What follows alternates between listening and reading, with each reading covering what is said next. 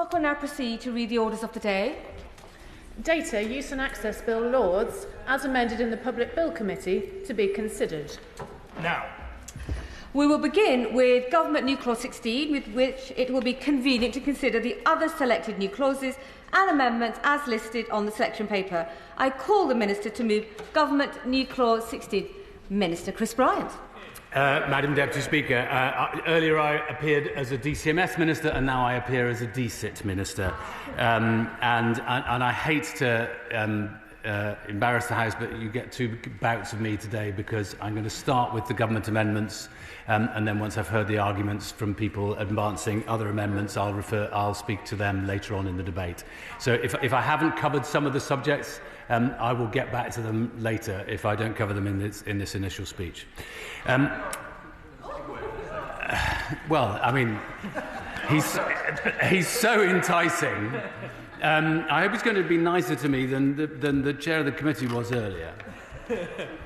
I'm sure that the chair of the committee and I will always be nice to the Minister, but I was only going to say that I have experienced the slight schizophrenia which he has referred to in holding two roles in the Department of Science, Innovation and Technology and DCMS at the same time.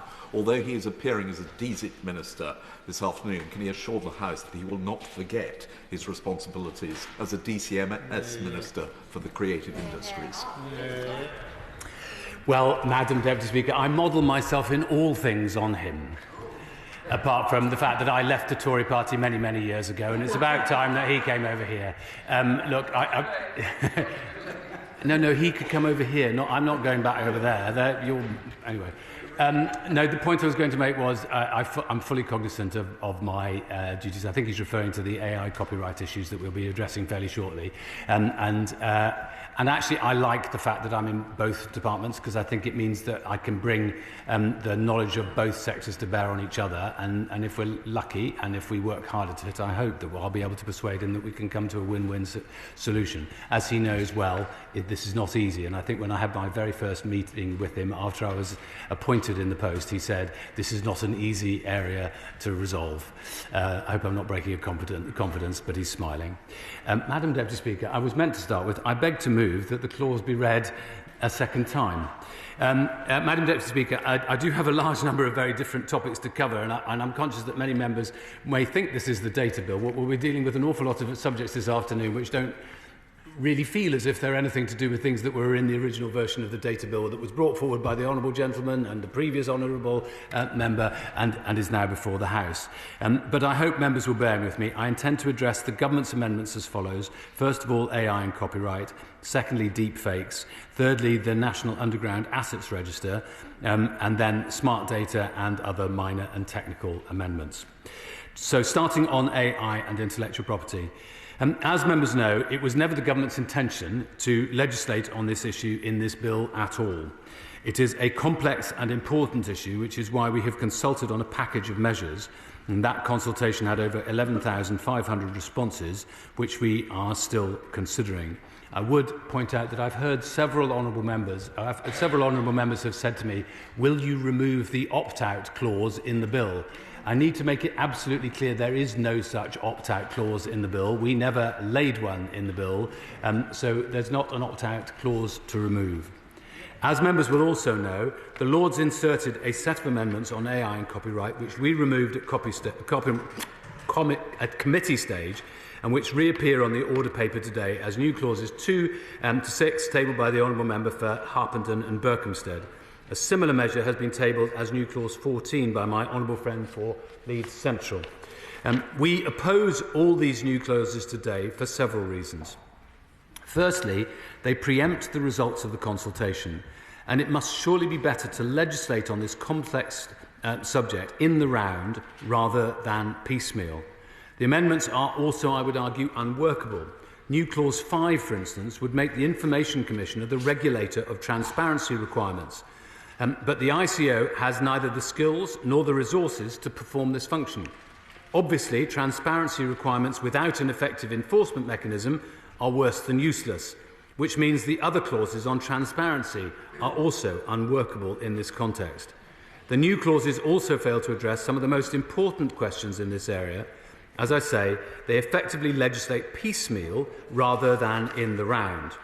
Whenever Parliament has done that in the past, it has rued the day, and I think the same is true today. Oh, yes, of course. But doesn't he understand the urgency when it comes to all of this?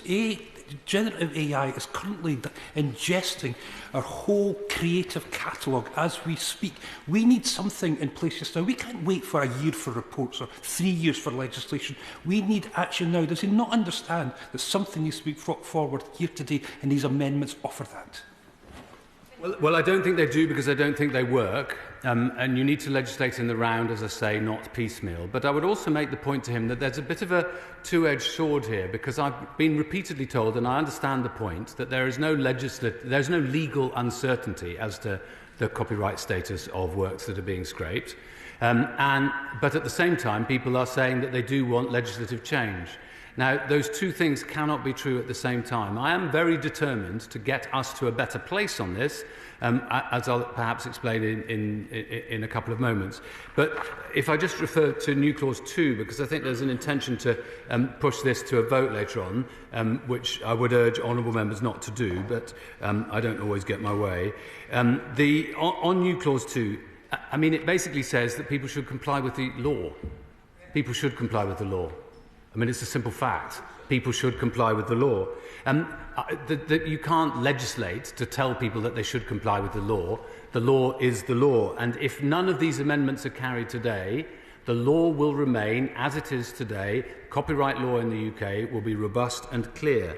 And just for the absolute avoidance of doubt, some people have talked to me about text and data mining exceptions, which, as members will know, exist, for instance, in the European Union. There is a text and data mining exception already in UK law. It was introduced in 2014 via a statutory instrument amending the Copyright and Patent Act of, I think, 1988, in section 29A, as it now is. But that is a text and data mining exception for the sole purpose of research for a non-commercial purpose. I think that is absolutely clear in law, and I don't think it needs any clarifying. Behind me. Oh, yes, of course. I thank the Minister for giving way, and I understand the point he's making about existing copyright law, but as he has said, the government did open a consultation that has, for many of our constituents who work in the creative industries, prefigured a substantial change in copyright when it comes to AI. So does he see the merit that many of us see in being clear that the principles behind copyright, that our creative constituents should be able to benefit and protect their own works, they benefit from it and protect from it, are what is at stake here? Could he at least commit that that is what this government wants too when he says that the law is standing? Because I think he can understand why people are concerned and where these concerns are coming from that have merited these amendments.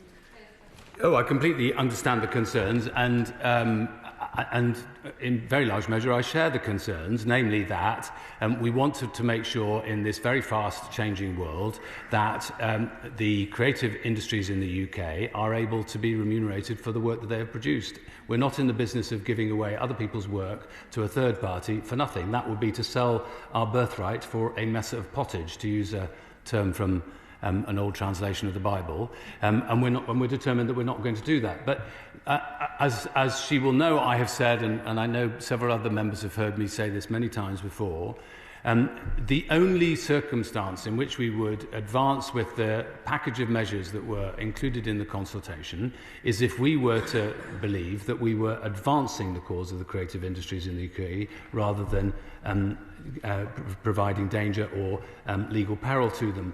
And that's why some of the things I'm going to say in a moment I think will be of assistance, because we do want to get to a place where it is easier for the creative industries, whether they are a very large business with very deep pockets able to use lawyers, or a very small individual person working in the creative industry, such as an individual photographer or painter, to be able to assert their rights, to protect their rights, to say if they want to, no, you can't scrape my material for large language learning, or you can if you've remunerated me. Now, that remuneration might happen via a collective licensing scheme, or it might happen individually. Either way, we want to get to more licensing rather than less licensing. And as I've said again several times at this dispatch box, have looked at what has happened in the EU, we've looked at what is happening in the United States of America, and we believe that although the EU said that their package was designed to deliver more licensing, it hasn't led to more licensing, it hasn't led to more remuneration of the creative industries, and we want to avoid that pitfall. Madam Deputy Speaker, as I said, I take the concerns of the creative industries seriously, both as a DCIP Minister and as a DCMS Minister. Of course I do. I agree, we agree, the government agrees that transparency is absolutely key. We want to see more licensing of content. We believe that the UK is a creative content superpower, and we want UK AI companies to flourish on the basis of high-quality data. I make this point in particular because I've spoken to quite a few publishing companies who are UK companies, in particular companies like Francis and Osborne, who are largely an academic publisher. As members will know, the UK is the largest exporter of books in the world.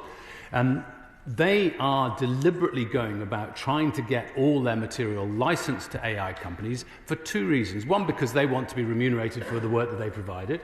But secondly, just as importantly, they make the point they want AI to come up with good answers. It's a bit like a pipe. If you put dirty water into a pipe, dirty water will come out the other end. If you put good data into AI, good answers will come out of AI. And it's a really important part of why we want to make sure that we have strong AI that is based on high-quality data. And a lot of that is premium content from our creative industries. Madam Deputy Speaker, we also agree that the government must keep an open mind and must take full account of the economic evidence. That is why we have tabled new clauses 16 and 17, which set out binding commitments to assess the impacts of any and all proposals and to consider and report on the key areas raised in debate. That includes any and all options that were involved in the consultation that we published after the amendments were tabled in the House of Lords. As it takes forward the commitments made by these amendments, the government will consider all potential policy options. I want to be very clear that the government has not prejudged the outcome of the consultation and takes the need to consider and reflect on the best approach for all parties very seriously. Members will have read New Clause 17, I'm sure, but it requires the government to report on four things: technical solutions that would enable copyright owners to control whether their copyright works can be used to develop AI. If she'll just let me finish this paragraph, because it might read better in Hansard. Access, well, it won't now, because I've added this bit, so it's ruined, isn't it? I might as well give way to her. This idea of technical solutions is a really important question, but my challenge is, if it is those, I've spoken to some of the big tech companies that are pushing for that and saying that it's hard for them to do it at scale, but yet saying that creators can do it. My challenge is, why can't the tech companies be leading on an opt-in system for creatives? And I would hand that back to the Minister. The spokesperson of the Liberal Democrat Party, you'll be speaking very shortly as well. Minister. I know, but she's wonderful, so we'll let her, or you'll let her. Look, it's a really important point, which is that I believe that it cannot be impossible for us to get to a technical solution to this.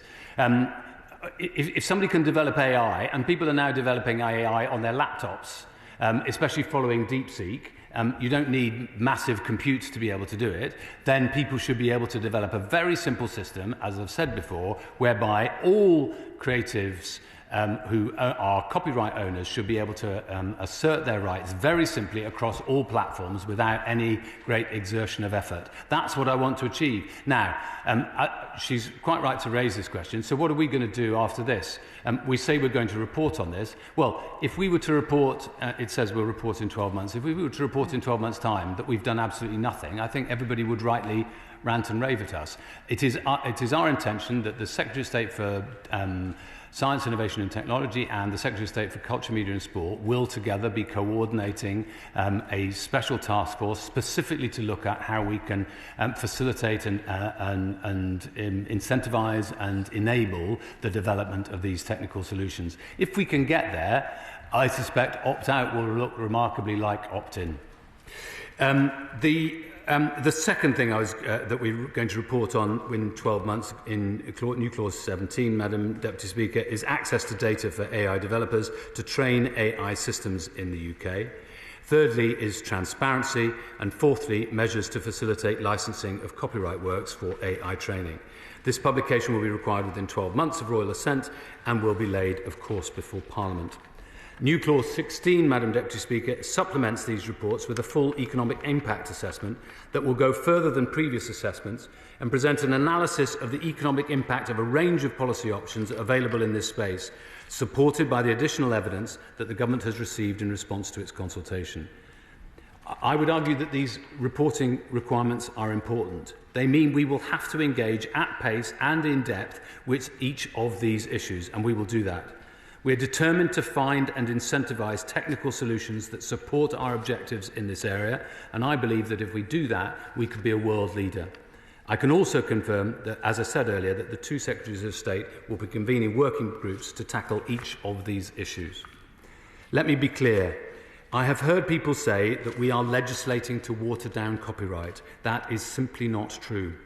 If members support the Government's position today, the UK's copyright law will remain precisely as robust tomorrow as it is today. For activities in the UK, people will, in law, only be able to use copyright material if they are permitted and licensed to do so, or where a copyright exception exists, such as the existing copyright exceptions for education, for public libraries, or for non-commercial work. I'll move on, Madam Deputy Speaker, to the issue of purport. I thought that might engender something. It's a pleasure to serve on the Bill Committee. On the point on timelines within the amendment, the Minister says both would be before the end of the period of 12 months. As other members have mentioned, there is a lot of concern about what may happen. So I would just ask the Minister if he anticipates it will take a year or whether he might be able to work faster so that more reassurance can be given, although I accept there needs to be a thorough consultation and examination of the responses. Well, obviously, there'll be a series of different things that are going to happen. We will have to respond to the consultation at some point. I expect that I'm not telling the Select Committee, but I would guess that the Select Committee would want to do some kind of response to that as well.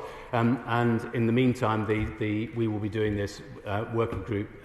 I'm very happy to keep the House updated on how that work progresses, but I don't want to commit to producing something before 12 months without being absolutely certain that I can. But the requirement is, by law, or if our amendment is carried today, it will be a requirement by law that we do produce that within 12 months. I fully get the point about urgency.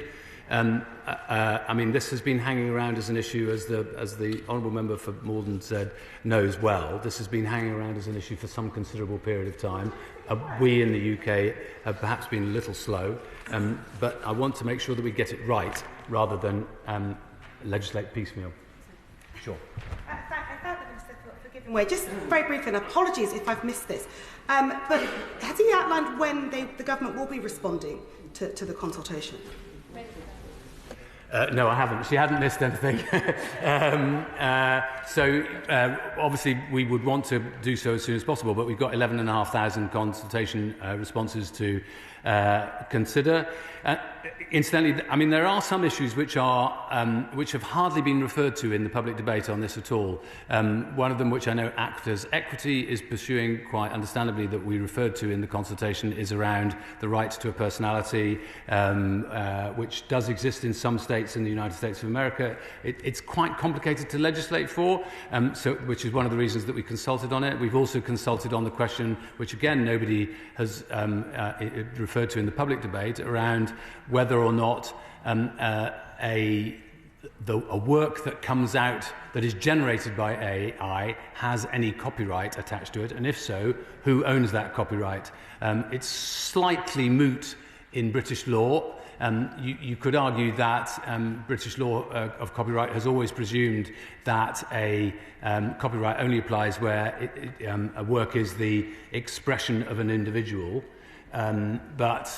So you could argue that therefore it doesn't apply to AI-generated material, but there are other elements. I think it's Section 9A of the Copyright and Patent Act, which says that machine-generated material can have copyright attached to it. So that's one of the other issues that we want to address. And as I said earlier, one of the issues that nobody has yet come up with an answer to is how we would provide proper enforcement of whatever transparency requirements we come up with. I'm conscious too that in discussions I've had with European counterparts, including my Spanish counterpart and members of the European Commission, there's some concern about precisely what they will do by virtue of transparency. This is made more complicated by the advent of DeepSeek, for a whole series of different reasons, which I'm happy to explain at some other point. You need to end up with a transparency system which is both effective and proportionate. Simply dumping a list of millions and millions of URLs that have been visited on the internet, I don't think is either effective or proportionate. So we will have to come up with somebody. Yes, I did hear a voice. Yes. Thank you. I thank the Minister for giving way. Does he envisage whether any model of enforcement around transparency will be compulsory and not a voluntary system? Well, yes, I would. Enforcement by nature would have to be compulsory, but we're sort of running ahead of ourselves because at the moment nobody's actually come up with a system of having an enforcement mechanism. Who would do it? What body would do it?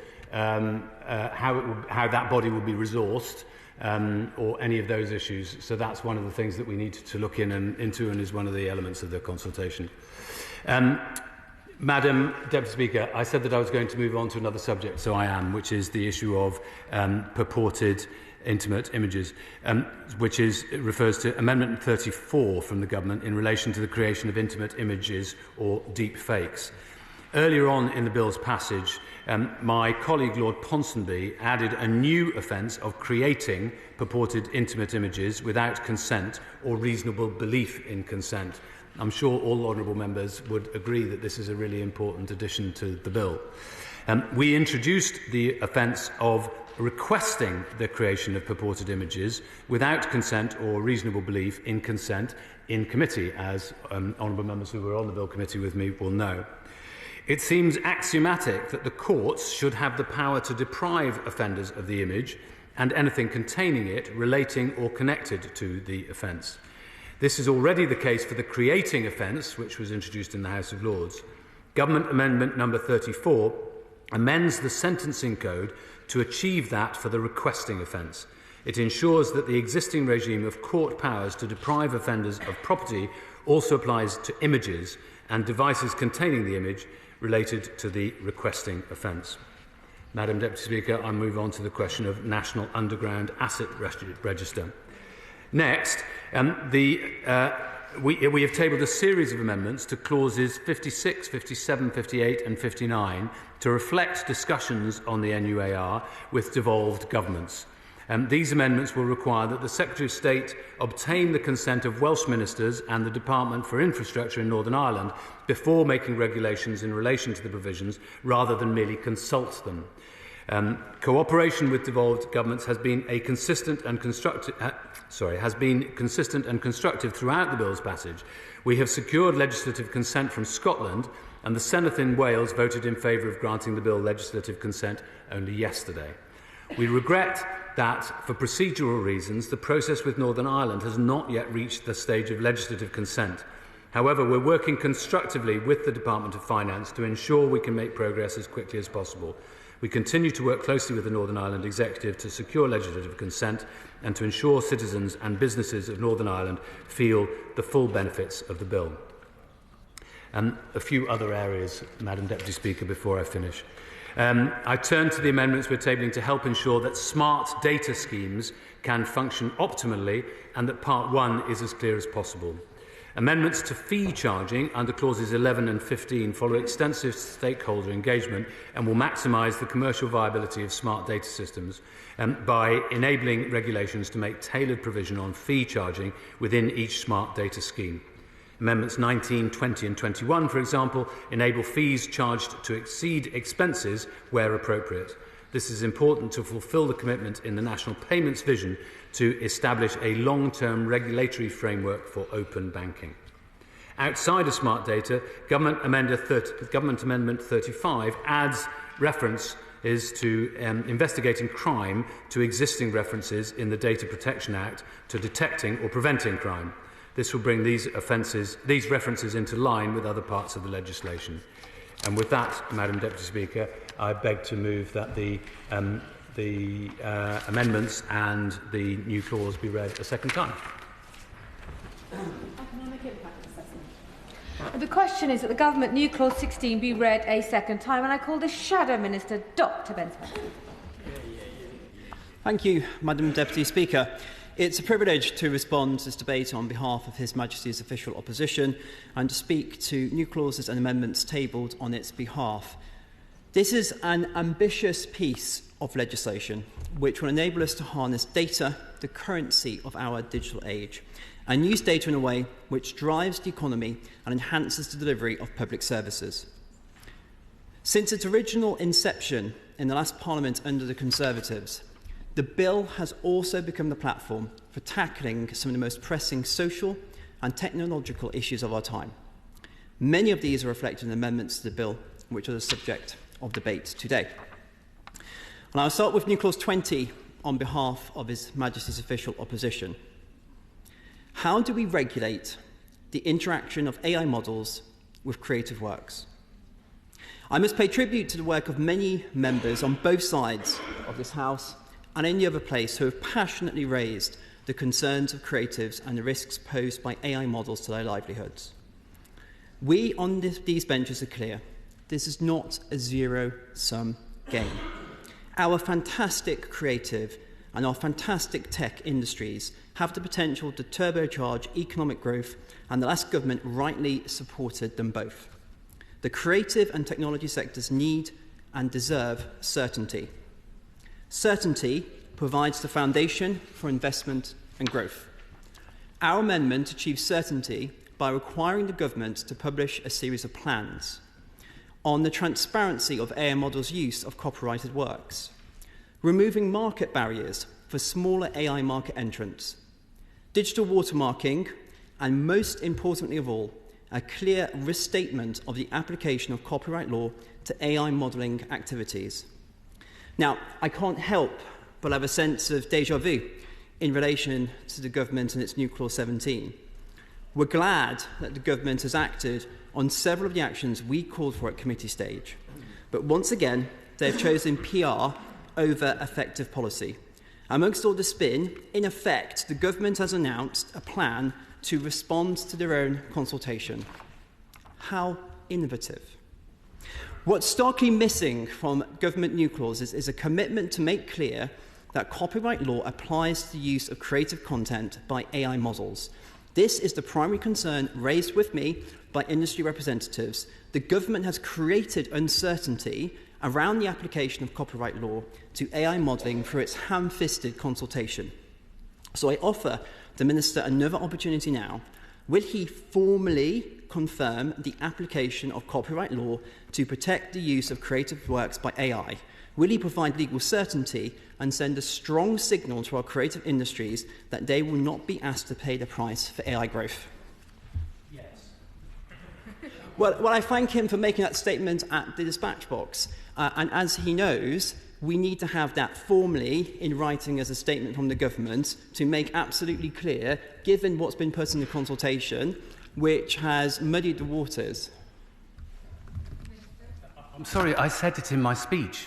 I've said it several times in several debates previously. Well, I'd be grateful then if you could ask why the uncertainty remains in creatives, because regarding the application of copyright in this area, why do we need to move things forwards then? Turning to Government Amendment 34 and others, I want to take a moment again to congratulate my noble friend Baroness Owen for the tremendous work she's done in ensuring that clauses criminalising the creation and request for sexually explicit deepfake images made it into this bill. And I thank the government for their constructive approach that it's now taking in this area of the bill. I should have said earlier that one of the changes that we made, as he knows, in committee was there had been a clause for soliciting such an image. We changed that from soliciting to requesting, because soliciting might, in certain circumstances, require the exchange of money or something like that, and that's why we had the requesting offence. Again, I thank him for his clarification and reiteration of that point, and again, the work that he's done working with colleagues in terms of taking forwards this issue, which I think is in unison across the House. I now turn to speak to new clause 21, directions to public authorities on recording of sex data.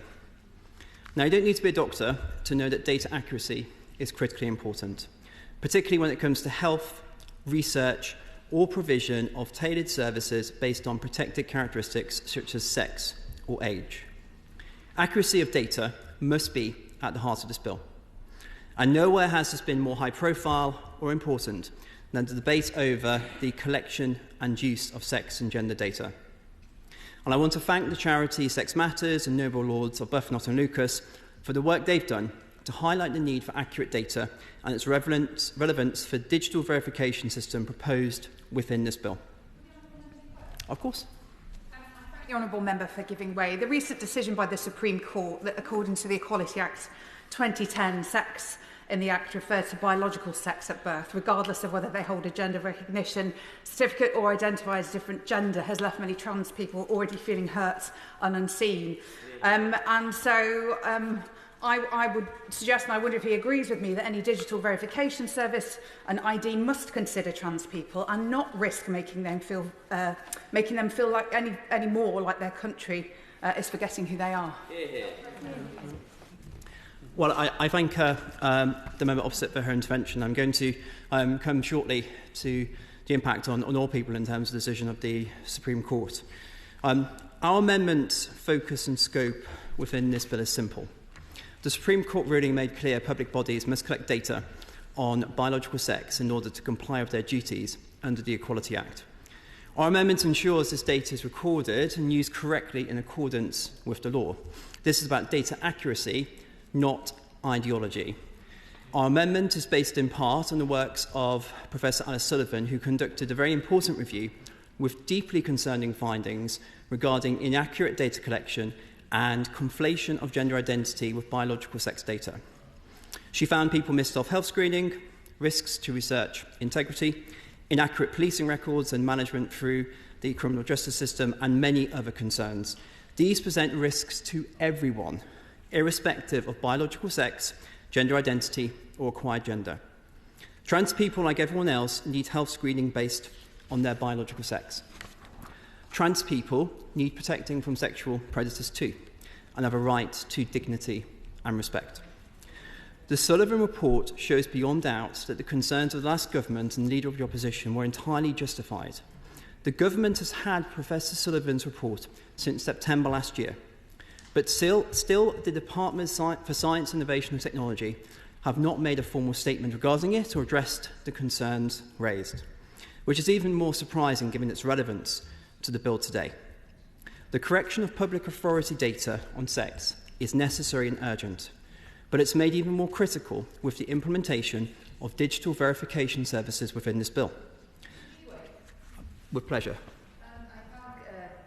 Gentleman for giving way and the Shadow Minister, because he is making an important point on the Sullivan review and also on the Supreme Court judgment, which I appreciate. But I'd like to say that there are conversations on in government and with colleagues on these benches to ensure that the Supreme Court judgment and the Sullivan review is implemented properly across all departments, and I hope to be working with them on that. Hear, hear. Well, I thank her for her intervention and all the work that she and colleagues on both sides of the House on this area. And I hope that we do see the Sullivan report implemented and its findings implemented as soon as possible. And part of the implementation will be made possible if colleagues across the House can support our amendment today. Because the implementation of digital verification services, for them to be brought in, it's important that the data used to inform them is based on accurate and correct data. The digital verification could be used to access single-sex services, so it needs to be correct. And if sex and gender data is conflated, as we know it is in many data sets, then a failure to act today will bring in self-ID by the back door, which, to be clear, has never been the legal position in the UK and would conflict with the ruling of the Supreme Court. Our amendment is simple and straightforward. It's about the accurate collection and use of sex data and rules to ensure data is of the right standard when used in digital verification services, ensuring single-sex services are not undermined. Now, finally, on to new Clause 9, Secretary of State's duty to review the age of consent for data processing under the UK GDPR. Madam Deputy Speaker, what can or should children be permitted to consent to when using or signing up to online platforms and social media? How do we ensure children are protected?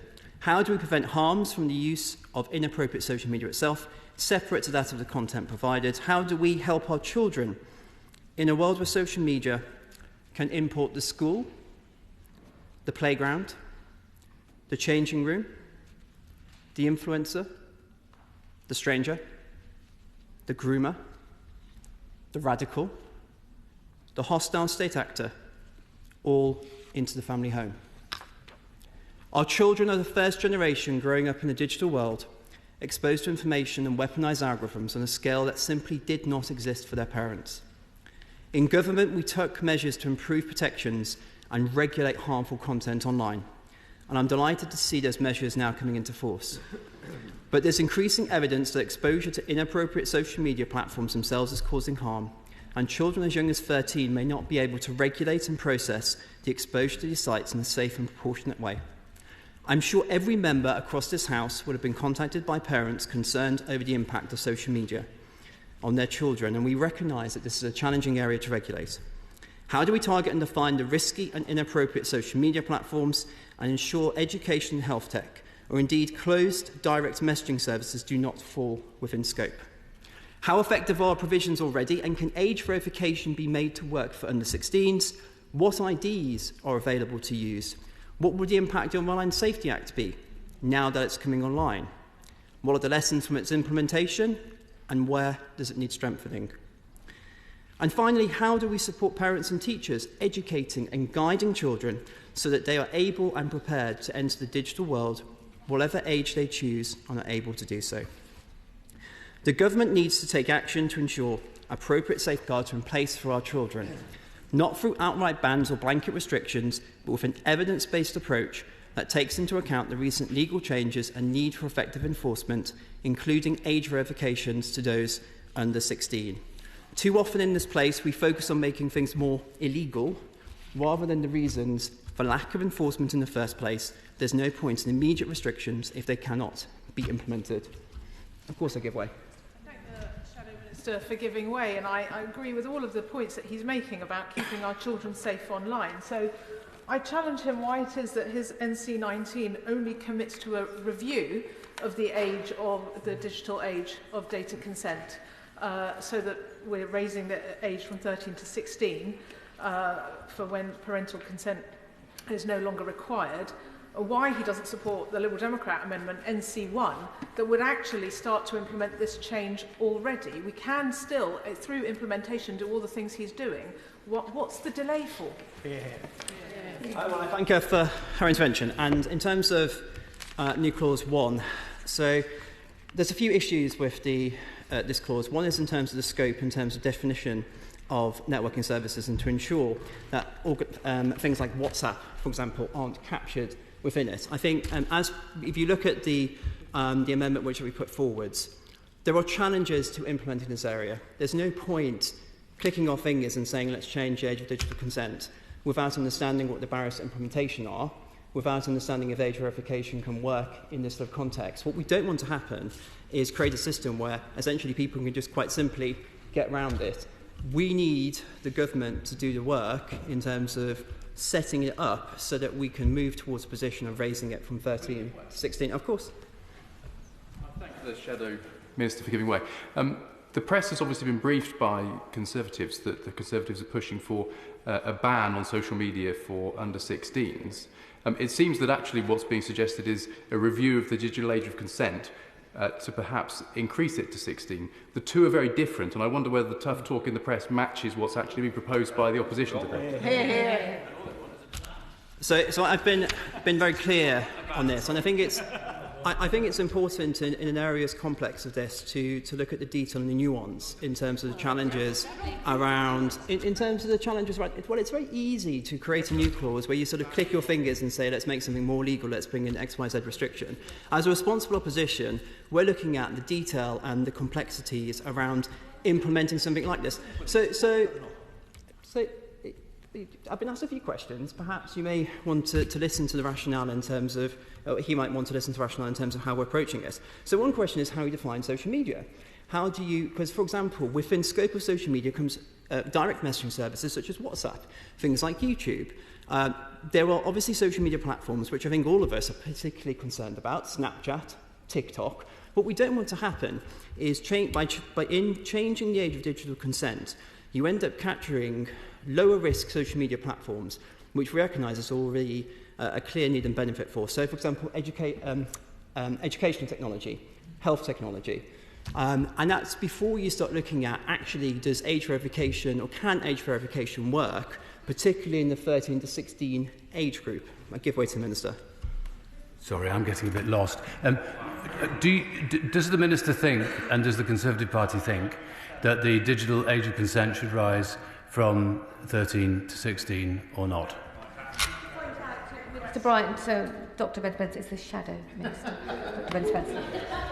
I think it's wishful thinking on the Minister's behalf in this debate, Madam Deputy Speaker. So if looking through the amendment that we put forward, what it says is that one needs to look at the desirability of raising the digital age of consent to data processing from 13 to 16 in terms of its impact, particularly on issues such as the social and educational development on children, but also the viability of doing so in terms of the fallout and seeing the shaking out of the Online Safety Act and with regards to the digital age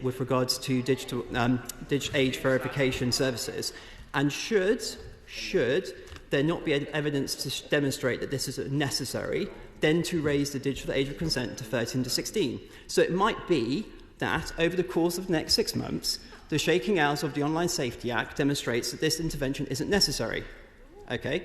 It may be that over the course of the next 6 months, concerns around which particular high-risk social media platforms change as technology evolves. So what we're saying is to do the work with a view to raising it in 18 months, unless there is evidence to prove to the contrary.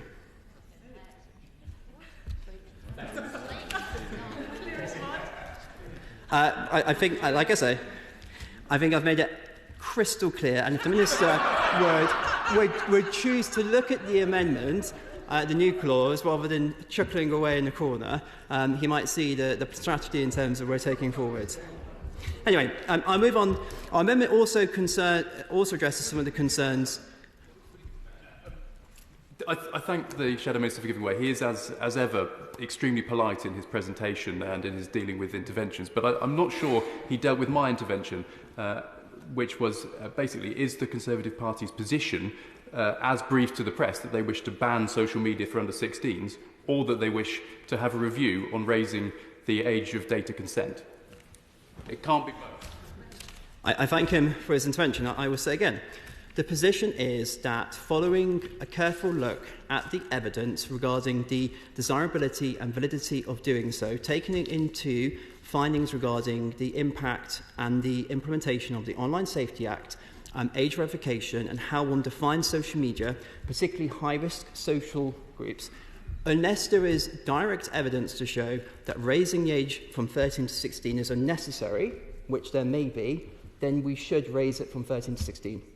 If that hasn't provided clarity, he's very welcome to intervene on me again, and I'll try and explain it a third time. Yeah, I think members have sort of got the grasp. Anyway, so this amendment will also tackle some of the concerns at the heart of the campaign for Gill's Law. and I'd like to pay tribute to the work Ellen Room has done in this area. I'm very sympathetic to the tragic circumstances leading this campaign, and I welcome the additional powers granted to the Coroner's Office within this bill. But I know that they do not fully address Ellen Room's concerns. The government needs to explain how they can be sure that data will be retained in the context of these tragedies so that the coroner will be able to make sure, even if there are delays, get access to them in future. I welcome the Minister in his wrapping up, if he could provide an answer to that and any further work that needs to be done in this area. More broadly, with regards to parental access to children's data, I do believe there are difficult challenges regarding Article 8 rights in relation to privacy and transparency, especially for children aged 16 to 17 as they approach adulthood. Our amendment addresses some of these concerns raised, as it would also put in place the groundwork to de facto raise the digital age of consent for inappropriate social media to 16 within 18 months, rendering the request for parental access to young teenage accounts obsolete. Madam Deputy Speaker, I urge colleagues across the House to support all our amendments today as a balanced, proportionate and effective response to a generational challenge.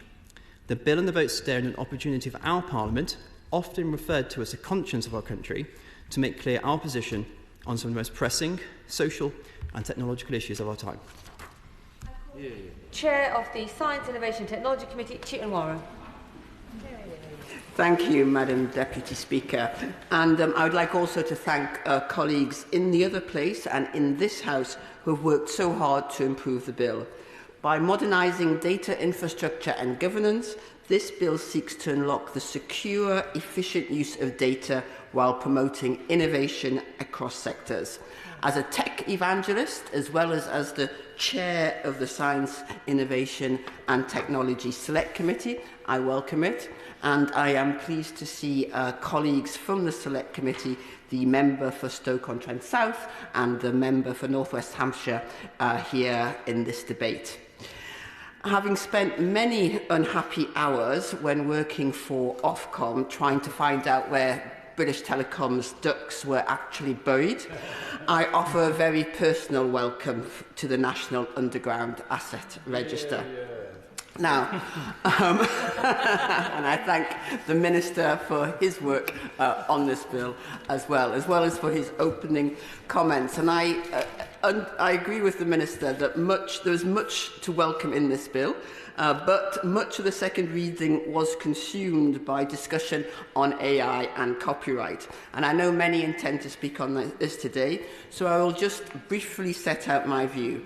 I think the problem with the government's proposals on AI and copyright is that they give all the power to the tech platforms, who, let's be frank, have a great deal of power already, as well as trillions of dollars in stock market capitalization and the determination to return value to their shareholders. What they do not have is an incentive to design appropriate technology for transparency and rights reservation if they believe that in its absence they will have free access to our fantastic curators' ingenuity. It is essential that the Minister convinces them that if they do not deliver this technology, and I agree with him that it is highly possible to do so, that he will impose it. Perhaps you could announce an open competition with a supplier contract and as the prize for whatever innovative company designs something.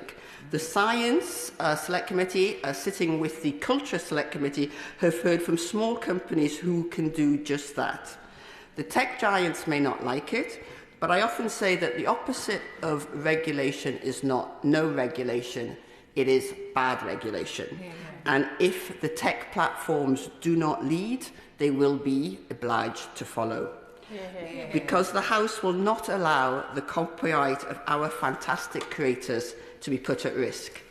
Now, the Minister knows that I think him extremely charismatic, but I do not believe that Chris from DSIT... You're not well. And I always have done. But I do not believe that Chris from DSIT can prevail against the combined forces of Bjorn from ABBA and Paul from the Beatles.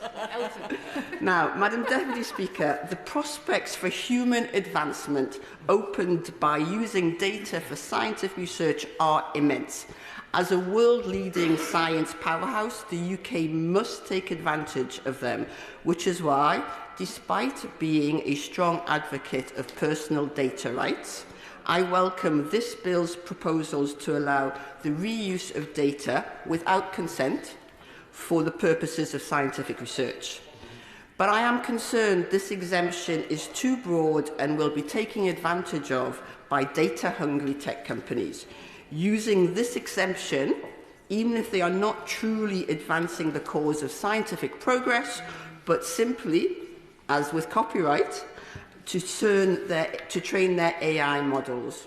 Huge amounts of data already collected by platforms, such as direct messages on Instagram or via web scraping of any website that contains an individual's personal data, like published records or people's public LinkedIn pages.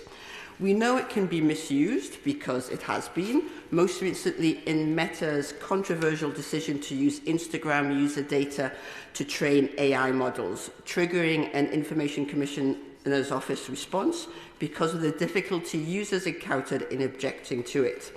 Then there is the risk of data collected via tracking cookies or profiling of browsing behaviour, which companies like Meta use to fingerprint people's devices and track their browsing habits. Could the data used to create ads also be freely reusable under this exemption? The US tech firm Palantir has the contract for the NHS Federated Data Platform, and Amnesty International have already raised concerns about the potential for patients' data being mishandled. Does this bill mean that our health data could be reused by Palantir for research, for what they call scientific research purposes?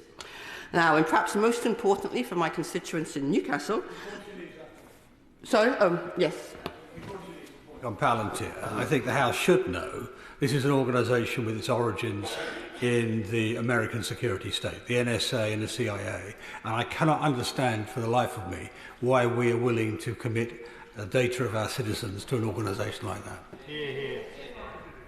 I thank the honourable member for that intervention, and I will leave it to the Minister to address the point he is making.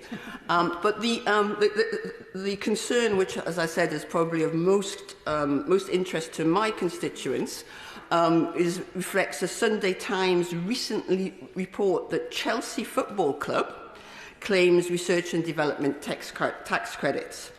Could the Minister confirm that if Chelsea were to collect data on Newcastle United fans who are visiting for an away match at Stamford Bridge, it could be used for whatever research they are undertaking as a consequence of this exemption?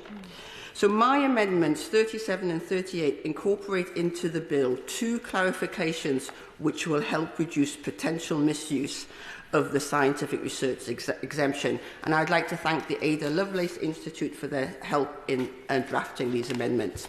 So the first proposes placing a basic definition of scientific research based on the Frascati manual as used by the Information Commissioner's Office into the bill, enabling the reasonably described test to be assessed against an objective standard. My second amendment is a requirement that such research be conducted in line with relevant frameworks and standards based on the UKI Code of Practice for Research, ensuring transparency for the use of scientific research exemptions. So researchers would have to publish, for example, on their websites, just a short statement with details of what they're reusing and send it to the ICO. This is a minimal proportionate amount of information that researchers already should have to hand, meaning over time we get a picture of how much people's data is being reused and for what kind of research, so that there is some transparency here. And when the Minister responds, would he please address the specific examples that I've given? His letter of April 17th that his officials sent to me that the minister sent to me, perhaps drafted by his officials, seemed to say that the exemption was okay because we can trust companies to understand our undefined understanding of scientific research and the ICO to act if that is not the case. But the problem is, or one of the problems with that, is that we will not know how the data is being used for scientific research, because there are no transparency requirements on algorithms general and on this exemption in particular. Science, Madam Deputy Speaker, in this country is respected. It's more respected than politicians. It's more respected than big tech. We must not allow that respect to be contaminated by uses which are not truly scientific. I have a real fear that if we allow this exemption to be abused, we will be undermining public trust in data sharing and also in science. Now, Madam Deputy Speaker, I'm just quickly going to talk to other parts of the bill and amendments. With regard to new clause 21, I do hope the government will set out how definitions of sex and gender will be consistent and appropriate to the need for which the data has been collected and verified under the digital verification provisions. Would the Chair of the Select Committee give way? Happy to give way to this. I thank her, and I thank her for the speech she's making. But just on the point of data, we all know the importance of data. So does she agree with me that it's absolutely right when we are recording sex? This is based on what the Equality Act determines as sex being biological sex. I thank my honourable friend for that intervention, and the Minister did refer, I think, briefly to this. It is, he described it as a pipeline, and that this is for AI actually. Bad data in would mean bad data out. My honourable friend knows that the question of the definition of sex and gender has been controversial and contested. The Supreme Court ruling did bring some clarity to that, and I think it's important that data collection reflect consistency and clarity, because if we have bad data definitions, we will undoubtedly have bad consequences coming from that. So I do think it is important, that, as I said, that we have consistency and definition when it comes to the collecting of data for these purposes. And I look forward to hearing how this is to be achieved. I also want to speak briefly in support of Clause 125, which introduces rules allowing researchers to access data from online services for online safety research. Now, the Science Select Committee's inquiry into social media algorithms in misinformation heard considerable evidence regarding the role of algorithms in pushing misinformation generally and particularly to children. So I very much welcome this clause as increasing transparency. But could the Minister clarify that it will fully cover the recommender algorithms of social media platforms which drive new content to users? Madam Deputy Speaker, often my constituents feel that advances in technology are done to them rather than with them and for their benefit. Critically, our constituents need to feel that they have agency over the way in which data impacts their lives. Rather than feeling empowered by digital innovation, too many feel the opposite, disempowered, undermined, dehumanised, tracked and even attacked. Delivering the improvements promised by this bill must therefore go hand in hand with respecting the rights of citizens to control and manage their data and in driving innovation and scientific research benefits to them. Thank you. I now call the Liberal Democrat spokesperson, Victoria Collins. Thank you, Madam Deputy Speaker, and thank you for your patience previously at my intervention. I've been very passionate about all elements of the data bill. At the second reading, I said that data was the new gold, a gold that could be harnessed to have a profound impact on people's daily lives. I still stand by that, and with exponential advances in innovation almost daily, this has never been truer, and we must get this right. I rise today to speak to the amendments tabled in my name specifically. In particular, I wish to address two urgent challenges: protecting children in our digital world and safeguarding the rights of our creative industry in the age of artificial intelligence. The data bill before us represents a rare opportunity to shape how technology serves people, which I firmly believe is good for society and good for business. But I stand here with mixed emotions. Pride in the cross-party work we've accomplished, including with the other place, hope for the progress we can still achieve, but disappointment that we must fight so hard for protections that should be self-evident. Hear, hear. Madam Deputy Speaker, I wish to speak first to new Clause 1, and we as Liberal Democrats are very clear on where we stand with this, which was to raise the age of data consent for social media data processing from 13 to 16 years old. Young minds were not designed to withstand the psychological assault of today's social media algorithms. By raising the age at which children can consent to have their data processed by social media services, we can take an important first step tackling those algorithms at the source. This is a common-sense measure, bringing us in line with many of our European neighbours. The evidence before us is compelling and demands our attention. I recently carried out a Safer Screens tour across Harpenden and Berkhamsted, visiting schools to hear exactly what young people themselves thought about the issue. I heard directly from them that they're trapped in cycles of harmful content they never sought out. They spoke of brain rot and described algorithms that push them towards extreme content despite their efforts to block it. The evidence is not just anecdotal, it's overwhelming. Child mental health referrals have increased by 477% in just 8 years. Nearly half of teenagers with problematic smartphone use report anxiety. 1 in 4 children aged 12 to 17 have received unwanted sexual images. And we know that 82% of parents support government intervention in this area, while a Liberal Democrat poll showed that 7 in 10 people say the government is not doing enough to protect children online. There are amazing organisations who have gathered evidence here. Absolutely, I would go for I'm very grateful to my honourable friend for giving way, and I welcome new Clause 1 tabled by my honourable friend. Does she agree with me that raising the age for processing personal data from 13 to 16 will help reduce the use of smartphones in schools by reducing their addictiveness and thereby also improving concentration and educational performance in schools? Absolutely. I thank my honourable friend for his intervention, and that is exactly what is at the heart of this. That data which drives that addictiveness and actually commercialises the attention of our children is not the way forward. And as I was saying, there are many amazing organisations who have gathered evidence here, and it's abundantly clear. The overuse of children's data increases their risk of harm. It powers toxic algorithms that trap them in cycles of harmful content, recommender systems which connect them with predators, and discriminatory AI systems used to make decisions about them with lifelong consequences. Health professionals for Safer Screens, a coalition of child psychiatrists, paediatricians and GPs are pleading for immediate legislative action. This isn't a partisan issue. So many of us adults can relate to this feeling of being drawn into endless scrolling on our devices. I won't look around too much. Imagine how much more difficult this is for developing minds. This is a cross-party problem and it shouldn't be political, but we now need action. Let me be absolutely clear. This is not about restricting young people's digital access or opposing technology and innovation. This is about requiring platforms to design their services with children's safety as the default, not as an afterthought. For years, we've watched as our children's well-being has been compromised by big tech and their profits.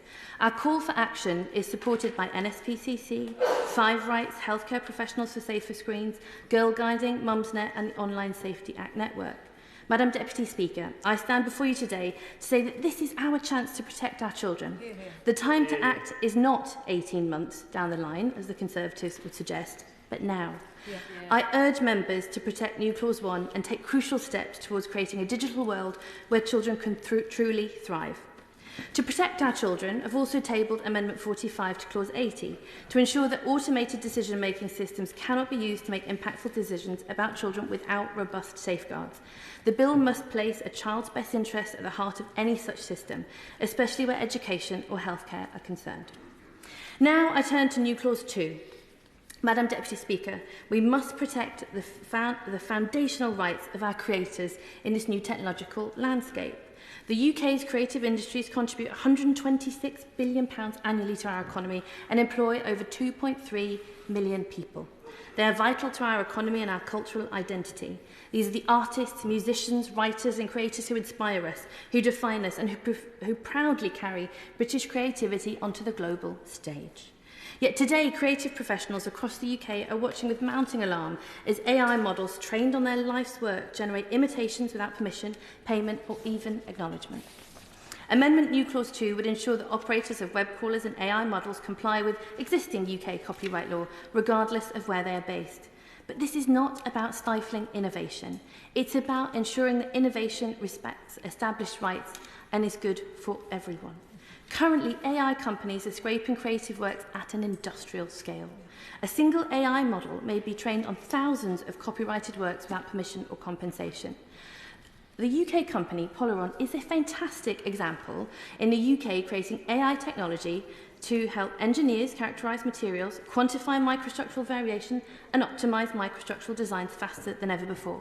Why do I bring them up? Because they are training an AI model built from scratch without using copyright materials. Yes. I am emphatically on her side in the intent of this, in protecting British creativity, but how does she respond to the implicit threat from artificial intelligence providers to this and other elements of this bill, effectively to deny AI to the UK if they find this too difficult to deal with? I thank the right honourable member for his intervention. I think that we have a thriving innovation sector in the UK. They are not going anywhere. They want to work with the UK. And actually, we have a system now. We have fantastic creative industry. We have innovation and business coming in. There are many ways to incentivise that. I talk a lot about money, skills and infrastructure. And that is what these innovative companies are looking for. And we can make sure the guardrails are right to make sure that it works for everyone.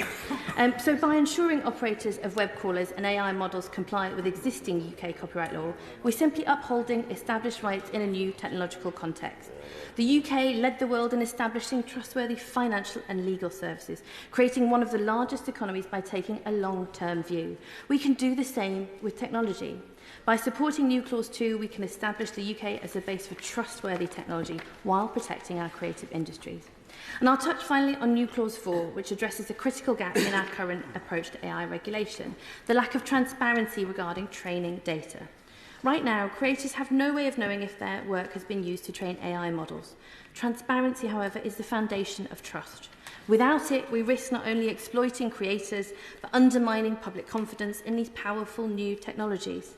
The principle is simple. If an AI system is trained using someone's creative work, they deserve to know about it and have a say in how it's used. This isn't just fair to creators, it's essential for building that AI ecosystem that the public trust. By supporting New Clause 4, we can ensure that development of AI happens in the open, allowing for proper compensation, attribution and accountability. This is how we'll build responsible AI that serves everyone, not just tech companies. And when it comes to transparency, I'll briefly touch on a couple of other amendments. In algorithmic decision-making, we must go further. That's why I've tabled Amendment 46 to Clause 80, which would ensure that individuals receive personalised, plain language explanations when an automated decision system affects them. We cannot allow generic justifications to stand in for accountability. I'll get the lady for giving way, and I will be supporting her on New Clause 2 tonight. She does push it for a vote, and encourage her to push New Clause 4 to a vote too, because this is the most important issue now. We have to make sure that transparency is available to all our artists and creators. And does she agree with me? There's no good technological barrier why we can't have transparency in place right now. I thank the right honourable member for his intervention, and that has been my challenge to these tech companies, who I absolutely support in innovating and driving that. But if they're saying it would be easy for creatives to do this, why is it not easy for big tech companies with the power and resources that they have to lead the way? What's more, Amendments 41 to 44 to Clause 80 ensure decisions made about people, whether through data profiling, automated systems or algorithms, are fair, and clarify that meaningful human involvement in automated decision-making must be real, competent and capable of changing the outcome, not just a box-ticking exercise. Madam Deputy Speaker, the amendments before us today offer a clear choice to protect our children and creators or continue to delay while harm grows, to build a future where technology builds trust or destroys it. We have the evidence, we have solutions, and the time for action is now. Let's choose a future where technology empowers rather than exploits.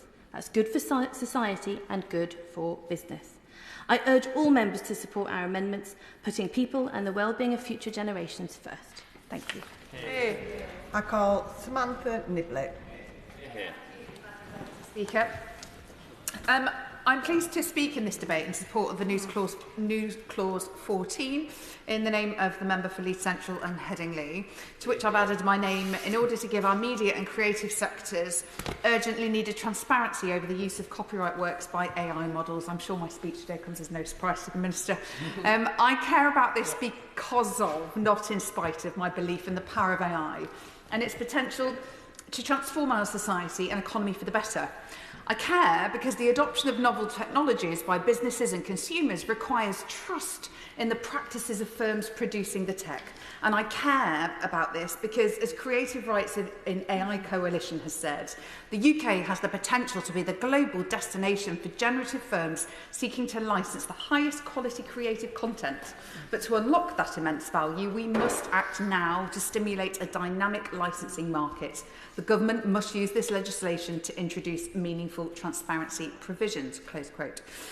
The government's amendments, well meant though I am sure they are, set us on for a timeline to change to the copyright framework that would take us right to the tail end of this Parliament.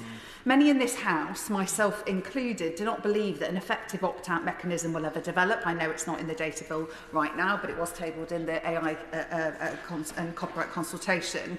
But even if the government insists on pursuing this route, it would be a dereliction of duty to fail to enforce our existing laws in the intervening period. Big tech firms claim transparency isn't feasible, but this is a red herring. See, these companies are absolutely capable of letting right holders know whether their individual works have been used, as OpenAI has been ordered to do in the Authors versus OpenAI copyright case. Requiring transparency without the need for a court order will avoid wasting court time and swiftly establish legal precedent, making the legal risk of copyright infringement too great for AI firms to continue with the mass theft that has taken place. This is why big tech objects to transparency, just as they object to any transparency requirements, whether it be focused on online safety, digital competition or copyright. It would make them accountable to the individuals and businesses that they extract value from. The AI companies further argue that providing transparency would compromise their trade secrets, but that is another red herring. Nobody is asking for a specific recipe of how the models are trained, only to be able to query the ingredients that have gone into them. Generative AI models are made up of billions of data points, and it is the weighting of data that is the model's secret sauce. There are a myriad of things the government can do around skills, access to finance, procurement practices, energy costs to support AI firms building and deploying models in the UK. The government insists it does not see the AI and copyright debate as a sum-zero game, but trading away the property rights of 2.4 million UK creatives, 70% of whom live outside of London, to secure tech investment would be just that. There are no insurmountable technical barriers to transparency, in the same way there are no opt-outs. The key barrier to transparency being tech firms' desire to obscure their illegal behaviour. It has been shown that Meta employees proactively sought, in their own words, to remove data clearly marked as pirated, stolen, from the data they used from the pirate shadow library LibGen. If they had technical means to identify copyright content to cover their own backs, then surely they have the technical means to be honest with creators about the use of their valuable work. So I say to the Minister, who I know truly cares about the future of creatives and tech businesses in the UK, that is absolutely not in question, if you cannot accept the amendments as tabled, take the opportunity as the bill goes back to the Lords to bring forward clauses that would allow you to implement granular transparency mechanisms in the next 6 to 12 months. I and many on these benches, as well as the entire creative industries and others who don't just want what is theirs to simply be taken from them, stand ready to support the development of workable solutions at pace. It can never be too soon to protect the livelihoods of UK citizens, building trust between creators and the technology that would not exist without their hard work.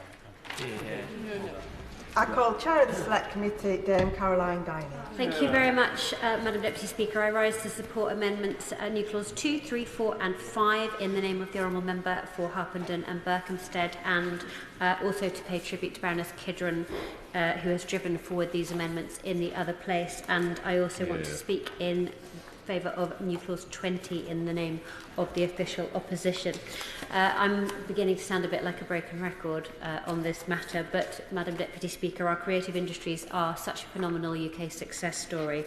They are our economic superpower. They're worth more than automotive, aerospace and life sciences added together, comprising almost 10% of UK registered businesses and creating nearly 2.5 million jobs. But more than that, our creative industries have just got so much intrinsic values. They underpin our culture, our sense of community. Intellectual property showcases our nation around the world. It supports our tourism sector, and as a form of soft power, well, there's just simply nothing like it.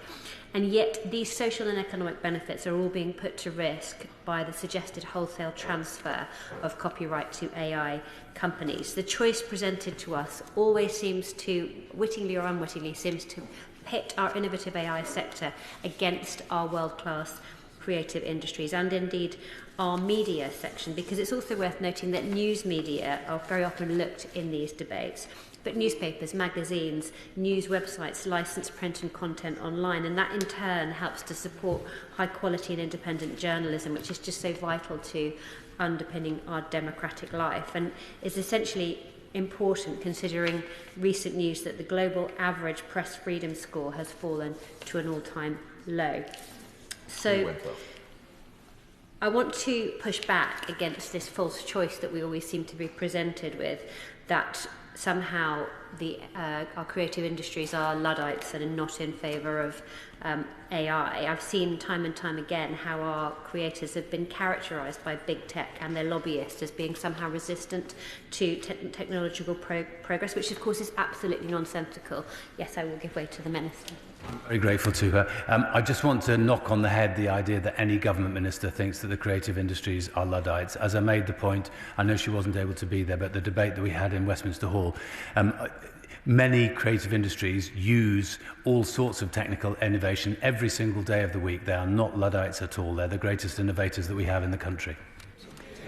Well, thank you to the Minister for that reassurance. I did take part in a Westminster Hall debate on this a couple of weeks ago, but it was one of his colleagues that responded, and I made the same point. But it's quite often, maybe in the media or maybe more generally, it seems to be that AI are pitted against our creative industries, which just shouldn't be the case, because we know that actually our creative industries embrace technology virtually more than any other sector.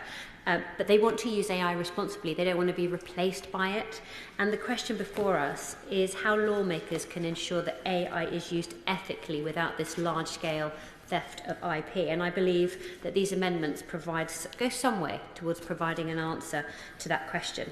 So, of course. Just on this issue of Luddites, I mean, surely one of the problems for English language creators is that what they create is more value because of the reach of the English language of others, and therefore they're more likely to have their products scraped and therefore more damage be done to them. Well, I think that's a very good observation. But the fact is that we know so much content has already been scraped. Crawlers are all over the intellectual property of so many of our creators and our writers and our publishers that we're almost in a position where we're kind of shutting the gate after the horse has bolted. But nevertheless, we do need to do what we can legislatively to try and get this into a better place. And so we're in a situation where we need to look at some of these new clauses which have been put forward. So new clause 2 simply requires anyone operating web crawlers as a training and developing AI models to comply with copyright law. I'm now lost my place, but I think it's self-evident and incontrovertible that AI developers looking to deploy their systems in the UK should comply with UK law. But AI developers often claim that copyright law isn't very clear. Actually, I'd argue that it's perfectly clear. It's just that sometimes they don't like it. And it's the failure to abide by the law which is creating these lawsuits around the world. So this amendment would require all those marketing their AI models in the UK to abide by our gold standard copyright regime, which is the basis that underpins our thriving creative industries. Meanwhile, new clause 3 requires web crawler operations and AI developers to disclose who, what, why and when crawlers are being used. It also requires them to use different crawlers for different purposes and to ensure that rights holders are not punished for blocking them. Madam Deputy Speaker, a joint hearing of the Culture, Media and Sport Committee and the Science, Innovation and Tech Committee heard how publishers are being targeted by thousands of web crawlers with the intention of scraping its content to sell to AI developers. We heard that many, if not most, web crawlers are not abiding by current opt-out protocols like robots.txt. To put it another way, some developers of large language models are buying data scraped by third-party tech companies in contravention of robots.txt protocols to evade accusations of foul play.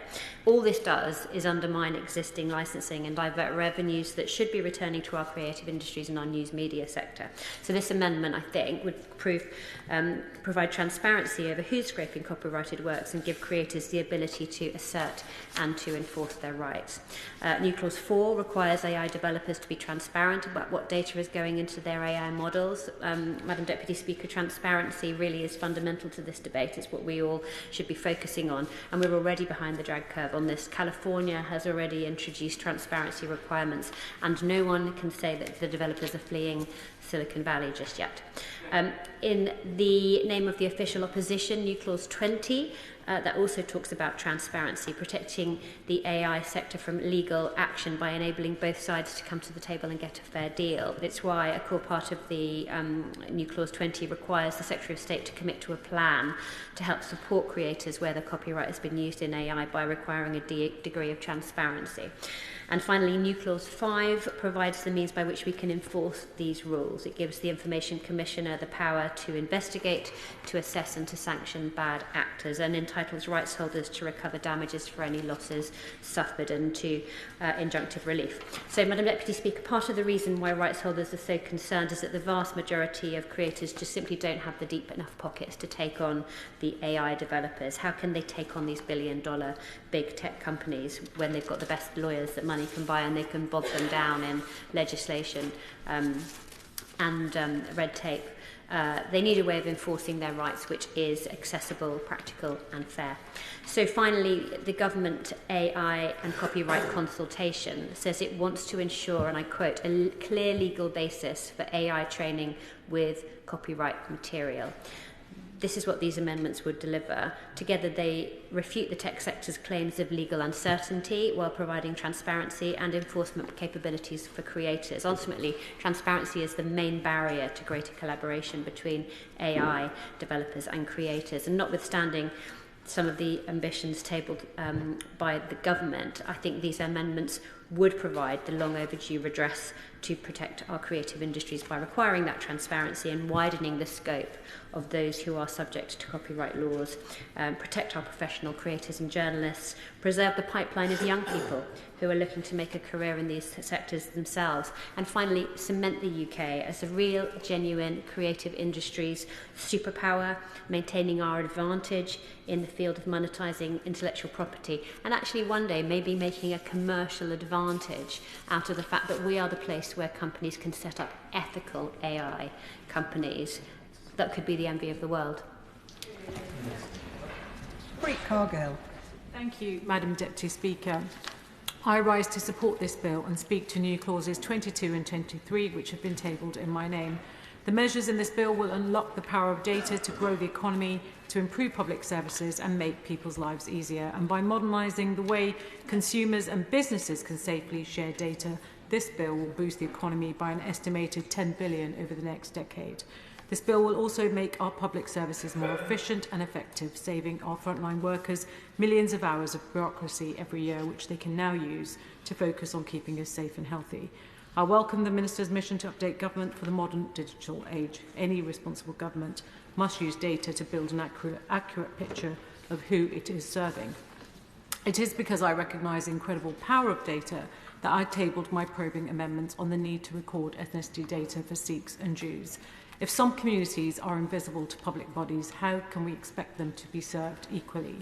Madam Deputy Speaker, I have tabled these amendments to put a right wrong. That ethnicity data that public bodies collect is often patchy and incomplete, and that for Sikhs and Jews specifically, data isn't collected at all. Jews and Sikhs have been legally recognised as ethnic groups for over 40 years, since the Mandela Vidal Lee case in 1983, and this was reaffirmed in the Equality Act 2010, where they are considered as both religious and ethnic groups. And as protected characteristics, you would expect that public bodies are instructed to routinely collect information on Jews and Sikhs, but they are not, especially when public bodies only use ethnic categories to deliver public services. This is why this really matters. Jews and Sikhs therefore face discrimination, which was further evidenced by the 2017 race disparity audit, which found no data on Sikhs in the 340 datasets assessed across government. And in recent years, Jews and Sikhs have only been recorded in religious data. However, religion data is rarely collected to a good standard, if at all. It excludes secular and non-practicing Jews and Sikhs, and it is not used by public bodies to monitor and reduce inequalities or provide public services. So how are we meant to tackle discrimination and inequality if Jews and Sikhs are invisible to policy makers? That is why New Clause 22 in my name proposes to make it a statutory requirement for public bodies to collect ethnicity data and ensure that within that, public bodies are required to collect data on Jews and Sikhs who are currently excluded.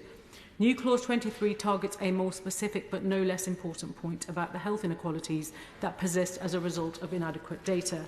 New Clause 23 specifically targets the provisions in this bill about the register of births and deaths. In order for this to be meaningful, surely the Minister agrees that Jewish and Sikh deaths matter. So if they are not included, what message is this sending to both these groups?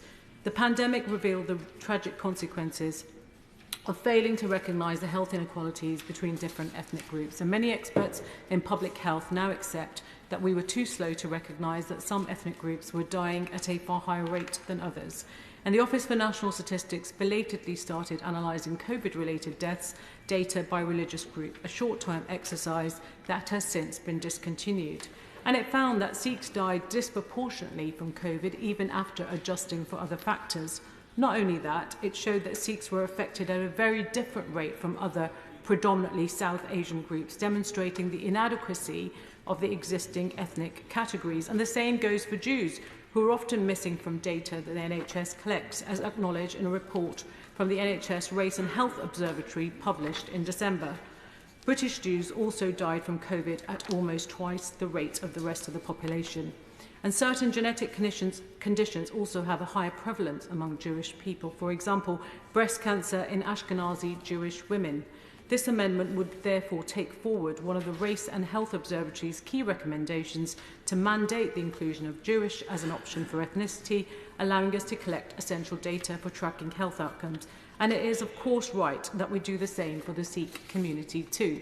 So will the Minister commit to accepting these amendments, given the significance of the arguments in their favour? England and Wales is behind other countries on this.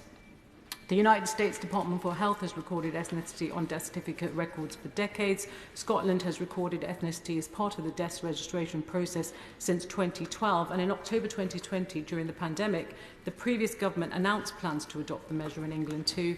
But despite warm words from the then Minister for Equalities, now Leader of the Opposition, no action was taken. So I'm pleased that the government is taking forward important changes to ethnicity data collection within the deaths registration process, but as it stands, the process would pretty much replicate the inbuilt bias against Jews and Sikhs who don't have their own specific categories in ONS-designed ethnicity questionnaires. They are simply relying on existing recorded information for ethnicity. My amendment would change that, making it mandatory for public bodies to collect ethnicity data for Jews and Sikhs. After all, it is not religious differences that make Ashkenazi women more susceptible to breast cancer. The distinction between recording ethnicity versus religion is the difference between Jewish and Sikh communities being counted and not. Good quality data saves lives. And that is why I introduced a 10-minute rule bill on this issue to the House last year. And my campaign had wide support from both the Jewish and Sikh communities. I do not intend to bring my amendments to a vote, but I hope the government will bring forward changes which mandate the inclusion of Jewish and Sikh ethnicity categories for the purposes of public service delivery. I fully support this bill's mission to unlock the power of data to transform lives. That data must be fair. Sikhs and Jews must no longer be invisible to policymakers. Thank you. Sir Iain Duncan-Smith. Deputy Speaker, I rise to speak in support of the amendment brought forward by the member for Leeds Central that is in my name and others as well. And I congratulate him for having got it, although it hasn't been selected today nonetheless, it's worth talking about, because this amendment is quite simple really in a way. Its key point is that it prevents the transfer of UK user data to jurisdictions where data rights cannot be enforced and there is no credible right of redress. The core principle of data protection law is accountability. Yet current UK law allows UK companies to transfer user data to their international partners in jurisdictions where there is no credible appeal process and no predictable rule of law. And this is basically puts the power in the hands of those who have got contracts signed with standard data protection clauses. These contracts create the illusion of protection, but in actual fact they don't, because in reality the data transfer is unsafe, either because the prospect of state interference is real or because the conditions for protection of data transfer simply are not present. So we rely too much on the idea that somehow contract law in the UK will protect the data that is being transferred across to other countries. And this is about countries where these rules do not apply. So transferring data to regimes such as China, for example, is not just a threat to the UK citizens' privacy, but it's also a national security risk. British citizens' personal information, health records, financial details, biometrics, genomics, or location data could be assessed under China's national intelligence law, which compels organisations to cooperate with state intelligence work in secret. This is not speculation, it is the well-known and established law in China. Now, it's not only China, but I use China as a very good example on this because they are regular abusers of data. And we have been unbelievably stupid across the board in companies, etc., in assuming straight away that these rules would apply to the companies and they would enforce them, and they can't.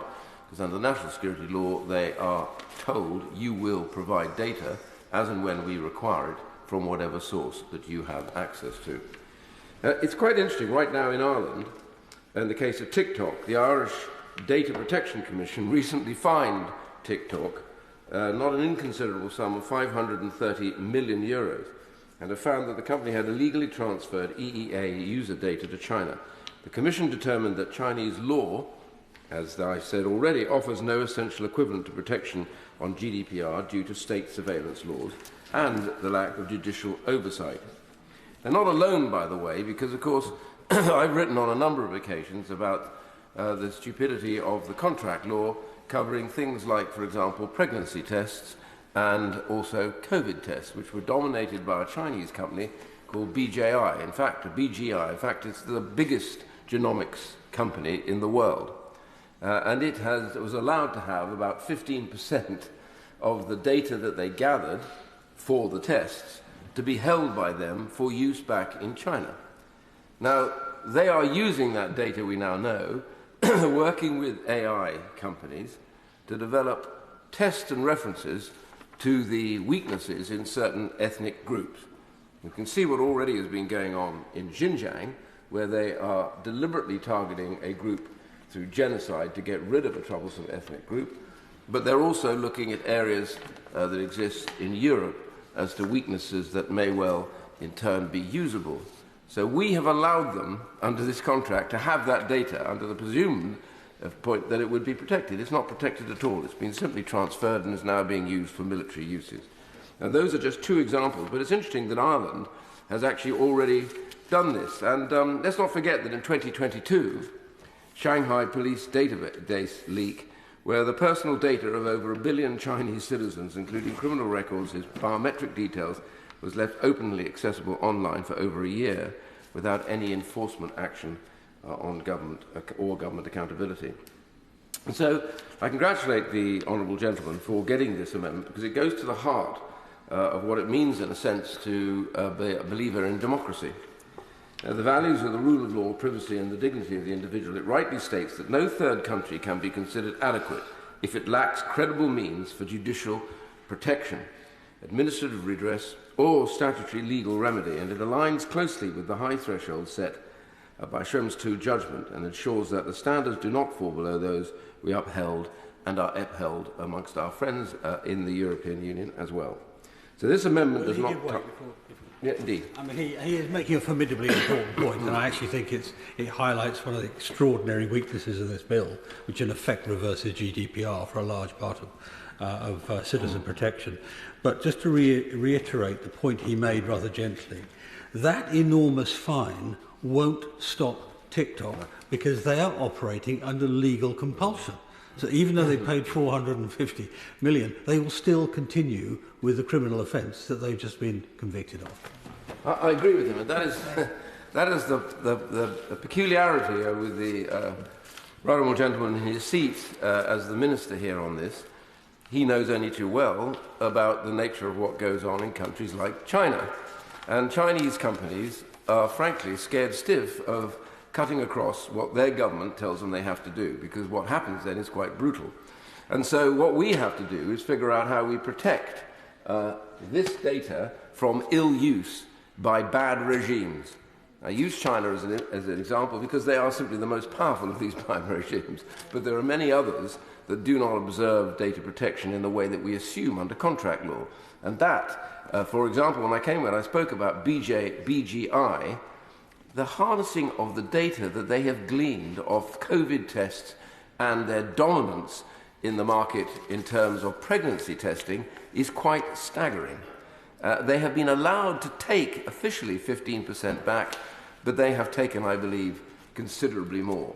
Now, that's just one area. Genomics is a huge and vital area right now because it will dominate everything in our lives, and it populates AI with an ability to describe and recreate the whole essence of individuals. So this is not casual or small. When we talk about AI being used in terms of the creative industries, and I have a vested interest in that, my son is in the creative industries, and he would support what has been said by many others about this, protecting that. This goes a whole quantum leap way in advance of that. So you may not even know in the future, by the nature of who they are, who you are talking to, and what their vital statistics are in that regard. So it's not about one country. It's providing a yardstick against which all third countries should be measured. If we are to maintain the UK standing as a nation that upholds privacy, the rule of law and democracy and accountability, we must not allow data to be transferred to regimes that fundamentally do not share these values. I think it's high time that we did this. I'm glad to see the Minister nodding his head. I hope, therefore, he might look again at this amendment and, out of old involvement in an organisation that he knows I am still part of, he might think to himself, maybe this is worth doing or finding some way through this. I give way to him. I don't resolve from my views just because I've become a minister, just as he didn't when he became a minister either. No, I mean, he's making a very important set of points. I do think, however, that they are met by the changes in the schedule already to Article 45B, which is not an exhaustive list of things that the Secretary of State may consider. And the points that he's referring to are certainly things that the Secretary of State could consider, and should, I would argue. I'm grateful. I hope that might actually find its way onto the face of the bill with a little more description, but I understand this, and I agree that he understands this as well.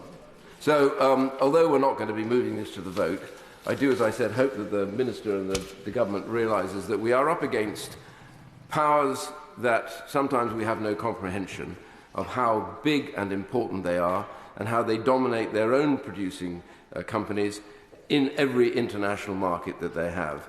And until we wake up to that and understand the real threat, not just to the ability to create, but also the ability to exist as who we are, I think then we may come to some terms with this, and I therefore hope that the Government, listening to the honourable member, well, he knows very well we work together on many issues to do with both Russia and China, but that they really think again about this and come up with a slightly tighter version in line slightly with the honourable gentleman in his amendment, and I therefore rest. John Trickett. I've tabled in a new clause 18 about health and trying to institute a new public interest test. Obviously, there is an existing test in place, but I don't think it's accessible or very useful nowadays, and I'll explain why. Probably the largest single database in the United Kingdom, or the most sensitive, is that which is held by the NHS. Almost every single human being in our country is on a file somewhere, hopefully for beneficial reasons and clinical reasons, by the NHS. I myself have had a series of medical issues in the last few months. I'm astonished how much data is held about me, and that will be the same for all of us, I guess. This database is filled with the most vital, the most private, the most intimate details about all our lives, and it is important, if it's going to be sustained, that it retains the confidence of patients and the citizens as a whole. Now, the truth is that the Information Commissioner is not convinced that the bill goes far enough in protecting us and the NHS data. And I'm interested if the minutes has time at the end, whether he could just comment on whether he's persuaded the Information Commissioner that we move further. Let me just say that this data, obviously very intimate and private, as I've just said, but also can be the basis, effectively, of a major advances in human welfare. And you can imagine all sorts of ways every day that our interest as human beings is advanced by the use of that data. I think, for example, of the search for a COVID vaccine, which was led by British scientists, partly based on the data which was available from the NHS, and we should be celebrating that. That scientific research is essential. But there is a threat to this database as well. It comes from two separate sources, in my view. First of all, possible hostile or even friendly state actors, and I'll come back to that in a moment. And secondly, by private interests who want to use the data not so much for human welfare, though that might be a fig leaf that we'll use, but more importantly for private profit. And that cannot be right in terms of what that data is being created for. It's a will give way. I thank the Honourable Gentleman very much. He's making a very important point, because data can be very susceptible, and its breach is a breach of privacy.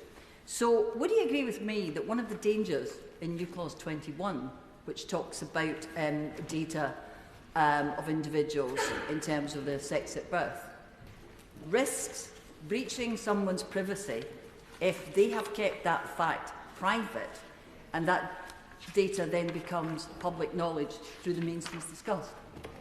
Well, I thank my honourable friend for that important point, and of course she's right. But I want to just go back to this question of the threats to the database, which I think are real, not simply the products of my imagination, but which are, I think, a real threat. The first point I want to make, though, is this. All data can be monetised, but the scale of this database is so large that huge amounts of commercial interests are at play now in relation to try and get access to that health data. And I don't want to cause any offence whatsoever to any member here, all of whom, as I know, follow the rules, but it is very interesting to see that nearly £3 million of money from the private health sector was made available to over 150 separate members of Parliament. And one wonders, so I'm not suggesting anything inappropriate by any member, that would be wrong of me, but nonetheless one wonders how almost £3 million was found by a private sector which has just purely no commercial interest in pursuing those investments. And my second point on commercial interest relates to the United States trade deal. And I think it will be helpful if the Minister could say, or if we can get some guidance from the government, that at no stage will any data or any other aspect of the NHS be up for sale as part of the US-UK trade negotiations. Now, when you begin to reflect on how private sector interests might make money, which are not necessarily in the interest of humanity, I think one interesting thought is about health insurance. Now, we do have a party in the House led by an individual who suggested that we should end the way in which we fund the NHS and replace it by an insurance system. Just reflect on this for a second. The House might just reflect on this. If the insurance industry was to get access to the data which is held on all of us by the NHS, then I predict what will happen is they will be able to see the genome of each one of us or groups of people. and then be able to get differential rates of insurance according to your genetic makeup. That is quite a serious threat. I don't think that the party which has just entered the House recently has thought that through at all, but clearly you could commercialise the data as an insurance company providing health insurance. It's one of the reasons why we must never follow the track down in a national insurance system for the NHS. Now, yesterday in the House, the Secretary of State for Health said, he told the House, he said, we will not be privatising the NHS. And I welcome that statement, but reference has already been made to Palantir. Of course, that was a contract which we inherited from the previous government. But it is quite extraordinary, the right honourable member mentioned it earlier, that a company should be handling the data of millions of people, this Palantir, which has got its roots in the United States defence establishment, deep roots there, and whose chair said that he was completely opposed to the essential principle of the NHS. He wanted effectively a private health system in the UK. How can it be that a £500 million contract to handle our personal data could have been handed over to such a company led by a person whose purpose seems to be to destroy the principles of our NHS? It should be our decision in the United Kingdom as to how our data is handled. The other point which I want to just raise was one also made by the Information Commissioner, who says that it's very important that this data, it's so precious and so vital and so personal to each one of us, should be protected against any possibility of cyber attacks.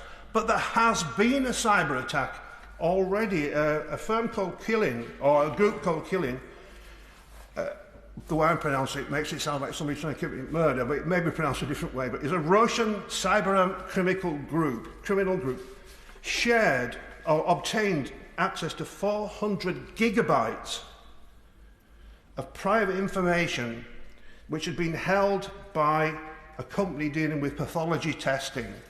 Now, 400 gigabytes is an enormous amount of data.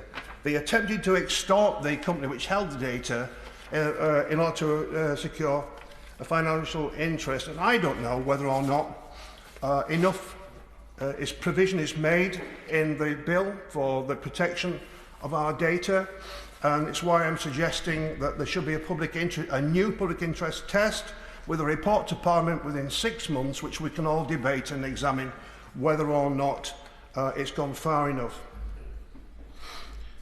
I just want to make one final point then. I referred to the Information Commissioner. He says 3 things. Number 1, this database has to retain public confidence. And when you look at the discussions which take place in the media and elsewhere and some opinion polling, people are losing confidence that their personal data is secure, and I can understand why that should be the case. Secondly, as I've just referred, he says that the data should be properly protected, built from the beginning with proper safeguards against cyber attacks. But the third thing, and perhaps the most important one, is this. The bill refers to an exemption, effectively, which is talking about scientific research. Now, it may well be, and I think my honourable friend, the chair of the Select Committee, said, that private companies in search of profit, perhaps US private companies, would use the idea that they're promoting scientific research in our data as a fig leaf to hide the fact that what they're actually doing is seeking to make a profit from this precious commodity which we have because we created our NHS. Now that, I think, is a very dangerous thought. But the Commissioner is saying he is not convinced that the definition of scientific research which is contained in the bill is sufficiently strong to protect ourselves from predatory activity by other state actors or private companies. So I give way. And some very perceptive points. Can I just remind him that in previous attempts by the NHS to create a single data standard have all failed because the GPs did not believe the security levels, and not just the Information Commissioner, but the GPs refused to cooperate. And that's what highlights what a powerful point he is making. Grateful to my honourable friend for making that very serious point. When clinicians themselves are saying whose duty is to protect their patients, that they are not convinced that the data which is being handed over to a central database is at risk, then we have to listen to those reactions. Now, with the permission of the House, I don't intend to press my new clause to the vote, but I think it is very important that we continue to debate this matter, because this database, this enormous database, which can contribute to the general welfare of all of humanity, has to be protected in such a way as it retains confidence and it secures the security of the whole system. And with that, I leave the discussion to go on with other matters probably. I call Preet Wishart. Thank you ever so much, Madam Speaker. And to other matters we shall attend to. I rise to speak in support of new clauses 2 to 6 and new clause 14. And I support them enthusiastically because I believe these are our very last chance to guarantee at least a bit of security for our creative industries in the face of what could only be described as an almost existential threat posed by generative AI. Now, things are critical, and I listened to the Minister very carefully, but this lackadaisical approach and progress that he's intending for this, I don't think it properly understands and represents the scale of the threat and the challenge that our creative industries are currently confronting just now. Now, I accept we've come a long way in this debate, and I accept the positive tone that the Minister tries to present when he's dealing with these issues, and I believe he's sincere in trying to find a solution. He wants to get to a place where both AI is satisfied and our creative industries. I'm not entirely too sure whether we will get to that place, but I wish him all the best in these efforts. But we've certainly come a long way since the first statement we had in this House, and I'm sure honourable members will remember it when it was a very belligerent Secretary of State that presented that first statement. I'm very surprised he's not here today. And he always was saying to the creative industries that they had to sort of take this on the chin in order to satisfy this government's attempts to find some of this economic growth that they've found so far elusive in the shape of unfettered artificial intelligence, and we should just get on with that agenda. Yes, please. I thank the honourable member for giving way. Yesterday I spoke to a local author in Mid-Sussex, Chris Bradford, who's written a number of brilliant children's books, including the Young Samurai series that my own children enjoyed a few years ago. And Chris told me that, to the honourable lady's point earlier, he's not against AI. He is very much concede that it has uses, but this is blatant theft. And I was wondering whether the honourable member agrees with me that actually the creative industries are part of the answer to growing our economy. I do agree with the Honourable Lady.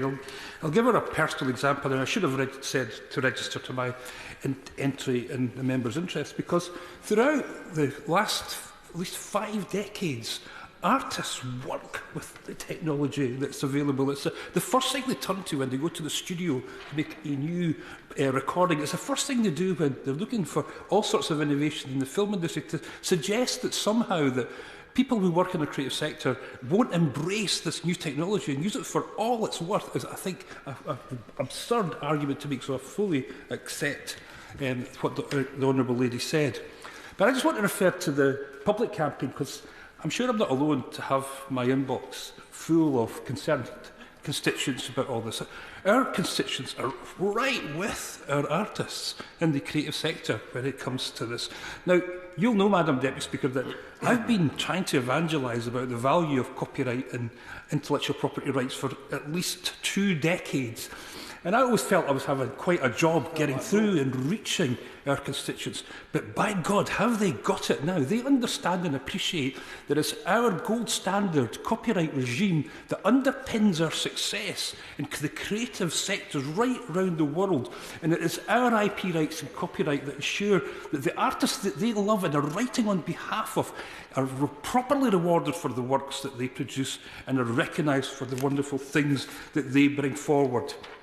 And isn't it ironic, just at the point when our constituents are starting to get it and see the value of copyright, is we've got a government who's moving away from the central principles of it and maybe in the point of watering down that very copyright regime that has given this sustained success over all these years. So I want to thank the campaign and the artists for doing this. And what this has done, I think, is moved the government on significantly. And we've now seen them abandon their preferred opt-out mechanism when it comes to their consultation. And I think on that, we welcome that. But instead of resolving the debate, what it seems to me the government are doing is kicking it into the long grass, to this no man's land of economic assessments, of reports, of consulting with the sector. Now, that might take years. We haven't got years. We actually have artificial intelligence just now in the form of the bots and the form of the training machines actually hoovering up, sucking up all our cultural heritage at this very point. This is pressing and we need to have solutions to this now. Now, what the government has done is they've introduced their new Clause 16 and new Clause 17. I don't think anybody's got any problem with that, and I think it's good to see that they finally put a break on some of their ambitions when it comes to the opt-out. But what we need is real action, and let's hear more about the dynamic licensing and rights enforcement system that the Minister continually goes on about. Now, if we have to have legislation, it has to be done quickly. We have not got years left in order to do all this. This could take up to 12 months just to get the reports the government mentions within its amendments. And beyond that, there's legislation that has to be designed, presented to Parliament, to be debated here, and then it's got to be implemented. We haven't got the years in order to do this. And every day that we delay, more of our cultural heritage is scraped, reused and monetised by tech giants. We can't afford to sit back and wait for years. Our creators deserve protection now, not after irreversible harm has been done. The amendments that we have here today in front of us offer that protection. It is what the creative sector want, and I really hope that the government take this seriously. Our creators simply ask to be treated fairly and compensated and for all the work that they do, and they want to have the right to control how their work is used. Now, transparency, I think, is where we now hoist our flag, and I think it's the hill that we now fight on. It's the most practical solution, and there is no technical reason why we can't have full transparency just now. There's no reason why artists and creators and inventors shouldn't know that their work is being scraped by the generative AI bots, and I think there's no reason why we can't make sure that we deal with this and make sure that all of our musicians have the right to assert their rights. The only thing that's stopping this, I think, is a fear of angering the tech lobbyists. But the property rights of 2.4 million creatives who contribute £126 billion to the UK economy every year is something that we must take seriously. AI, yes, of course, Government. The Honourable Gentleman has rightly referred to creators throughout this debate. But could I just remind him, in the earlier debates, I'm the Secretary of the National Union of Journalists. We've expressed our concern with regard to journalists, but also photographers. We represent them as well. And the union position is very straightforward, that adherence to copyright, but openness and transparency in all this, but also regulation of the future of the mechanisms that will be used for scraping in particular. So it actually impacts upon the quality of journalism now, on which actually our democracy rests. Right, Honourable Gentleman is right to remind us about journalism, and I think it's right that he raises this. One of the things that was seen as a feature of the clumsy way the government approached these issues is the unity that exists right across the creative sector, taking on board what's happening in journalism. And we've seen some fantastic coalitions of interest emerging out of all this. And that's another positive that's developed from that. And I just hope that they are satisfied when they see the outcomes when it comes to this.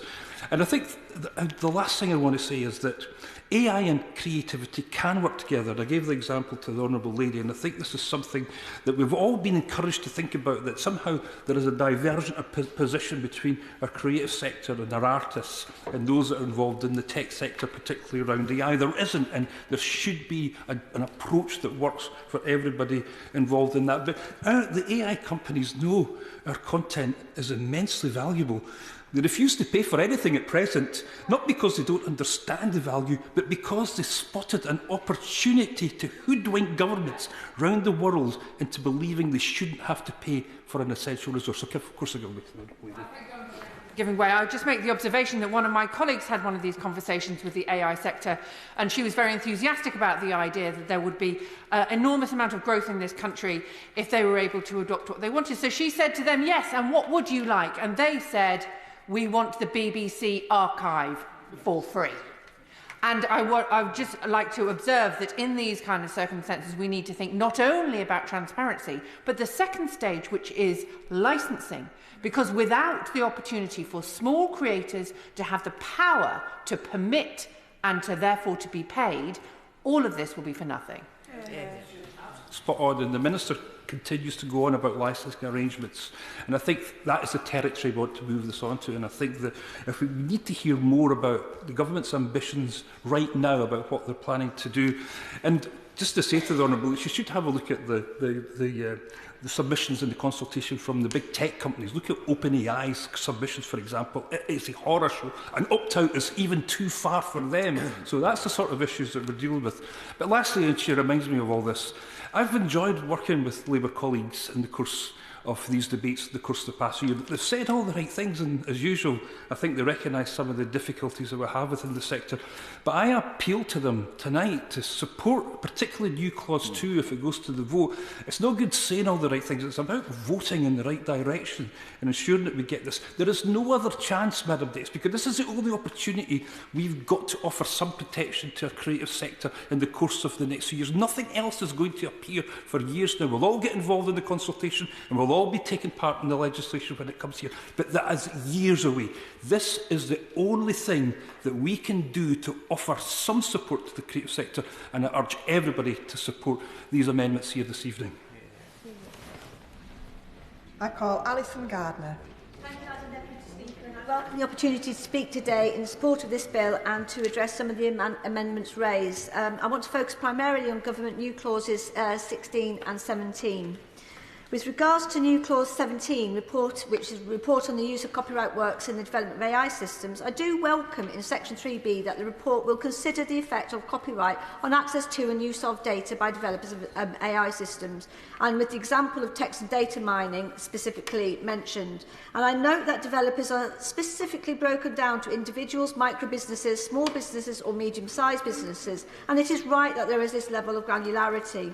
And likewise, I note that the report will consider and make proposals for the disclosure of information by developers of AI systems regarding their use of copyright data to develop AI systems and how they access that copyrighted data, e.g. by web crawlers. So I'm very pleased to see included in the report discussions of licensing and again exploring in granular detail the impact of a licensing system on all levels of developers.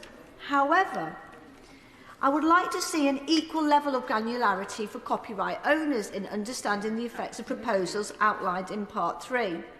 I understand that in Part 4A it requires that in preparing the report the Secretary of State must consider the likely effect of proposals on the UK on copyright owners as well as developers and users of AI systems as referenced in Part 4B. Whilst I note the final part of this section references individuals, micro-businesses, etc. again, I feel there is a little vagueness here as to whether there is this level of granularity afforded to copyright owners as well. Oh, are you going to... Oh, cool. Yes, you may. It might help. Yes, that's not intentional. It's exactly the same level of granularity that we will go into in our reporting. Well, I'll just throw the rest of my speech away then. So, I shall continue. I shall persevere. So, with respect to this, I am raising whether this report will explore the effects of proposed solutions and resulting protections on individual creators, micro-creative businesses and small publishers. Yes. Right, so can I push it further? No. I say, well, I just think about David Attenborough a lot on TikTok, and there seems to be an awful lot of David Attenborough TikTok videos, and it's not David Attenborough. So I just wonder whether this might extend to personality rights as well, and in a definition of what a small rights owner could be. So I'll squeeze that in. Oh, Okay. Look, I mean, I personally am in favour of doing something about personality rights, but it's one of the things that's in the consultation and we will be responding on. But it's one of the things that I think we will need to legislate for in the round. Perfect. So my next question really is, I think that you may have already afforded it to me, is I asked the Secretary of State what reassurances can be given that smaller creatives, including micro-business and small creative business, will be considered in the report so they will have the confidence that systems finally applied will work for them, particularly when we consider the individual early career. Think of Ed Sheeran strumming away in his bedroom pre-fame days, and how they can protect their copyrighted works against the global tech giants. And with regards to new clause 16, addressing the economic impact and how that will consider the impact on both copyright owners and AI developers. And I want to switch here from talking about copyright owners to actually trying to defend the AI industries. If we do not get the controls right, we risk the long-term success of mid and long-term of the AI industry. If we do not get a fair solution for both the creative and AI industries, we risk a reduction in the quantity and potentially quality of human-created data and an increase in AI-generated creative data. And I will segue here just briefly because there is a case that we are developing a lot of AI creative content, and that in itself might be subject to copyright, which would be interesting. And a report just recently pointed out that 18% of Spotify content is now AI generated. And if anybody will remember, there was a big hoo-ha in photography, I think that was mentioned about photographers, where an AI generated image won a photographic competition, and that caused a lot of disturbance. But when you look into how the photographer developed and produced that photograph, there was a lot of creative skill in that. No, it wasn't a photograph, but it is a category of all of its own, and I feel in a way that is also creative content and copyrighted data. So I'm sort of creating a grey area there. But that aside, the danger we do face, though, if we are starting to just generate more and more AI created data and less high quality human-generated data because of the challenges to the creative industry, there is a danger that AI models will start scraping and training on AI-generated data, potentially a reductive spiral into mediocrity, with some even suggesting this could result in model collapse. So again, with regards to both new clause 16 and new clause 17, I would encourage consideration of the impact of not employing proposals such as licensing and protecting the generation of new human creative content, not just for the creative industries, but in the longer term, the risk posed to AI models and developers themselves. And I will, of course, just comment on my honourable friend of Newcastle upon Tyne, Central and West, on her amendments 37 and 38. She ably outlined the reasons, so I'm not going to go into a lot of detail of those amendments now, but I just want to point out that getting the definitions correct for scientific research will prevent a loophole where AI companies can misuse personal data, claiming their commercial development is scientific research. And the amendments also offer transparency to the use of data by researchers in order to maintain confidence in this country's high standard of ethical, legal and professional academic research. And so I hope the Minister will give careful consideration to those points raised. And I am now going to give my whip a heart attack because I was going to reference clauses 41 to 46, which is not to worry, with regards to clause 18. And which references Article 22 of the UK GDPR, which is close to my heart. I read those with great interest and I understand the backup with those. I am a newbie MP, so I understand it, but in my understanding, I felt as I read it, with the little work that I have done in my previous job with the regulators, that it felt more like secondary legislation, and I just wonder if that is something that could be considered for the future, particularly with the Amendment 46. There's some very welcoming additions in there. But with regards to primary legislation within the bill as it stands, I felt it might work better. And I just want to then go off-piste a little bit more, and I just want to support my honourable friend of Birmingham, Edgbaston, in terms of trying to make sure that we have accurate data and we fill in the data gaps that exist in databases. So it's very, very, very important that we address that, and that was worthy of consideration. And I will say that I looked at new clause 21 with an equal open mind, because it is vitally important that we do collect biological sex in order to protect women and trans people in order, going forward. forward. And so I did approach it with an open mind. I had developing sense of unease as I read that, because in this determination of accuracy of data, how does that impact upon the individual? And if you start looking at just those two protected characteristics, what about the other protected characteristics? And I felt there was a little bit of slippery slope there, and I'm just wondering if I would have to go around with my baptism certificate to prove my religion, and how would I prove my sexuality? So again, I developed a growing unease with that clause, I'm afraid, but I do support the idea with accurate data collection, both of gender identity and biological sex, is very, very important. And I won't bore you with the information about where the alcohol dehydrogenase enzyme sits between male and female bodies, but there is a reason why men don't get drunk and women can get drunk easier, because in men, I'm going to tell you now because I've started, AGH is located primarily active in the stomach. I'll make it relevant. Primarily directed in the stomach, whereas within women it tends to be in the liver. So in men, alcohol gets broken down before it even gets into the bloodstream. So it's got nothing to do with body mass ratio. But this highlights the importance of understanding biology in terms of getting accurate data in terms of health and scientific research. And I will leave you there with that extra knowledge of alcohol dehydrogenase enzymes. Thank you. And before I call the next speaker, I will be starting with a 5-minute time limit. Max Wilkinson. Thank you, Madam Deputy Speaker. As many members will be aware, my constituent Ellen Room knows only too well the tragedies that can potentially take place as a result of social media. I'm pleased Ellen is here to join us in the gallery today to hear this debate in her pursuit of Jules' law. In 2022, Ellen came home to find her son Jules not breathing. He had tragically lost his life aged just 14. In the following months, Ellen battled social media giants, and she's still battling them when trying to access his social media data as she sought answers about what had happened leading up to his death. And I'm grateful to the Shadow Minister for raising this in his earlier comments. In her search for answers, Ellen found herself blocked by social media giants that placed process ahead of compassion.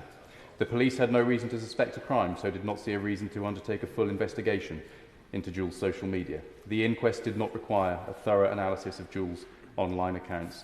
None of the social media companies would grant Ellen access to Jules' browsing data. A court order was needed to access the digital data, which required eye-watering legal fees.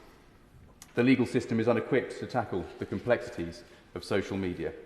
In the past, when a loved one died, their family would be able to find these sorts of things, this information in their possessions, perhaps in children's diaries, in school books, in cupboards.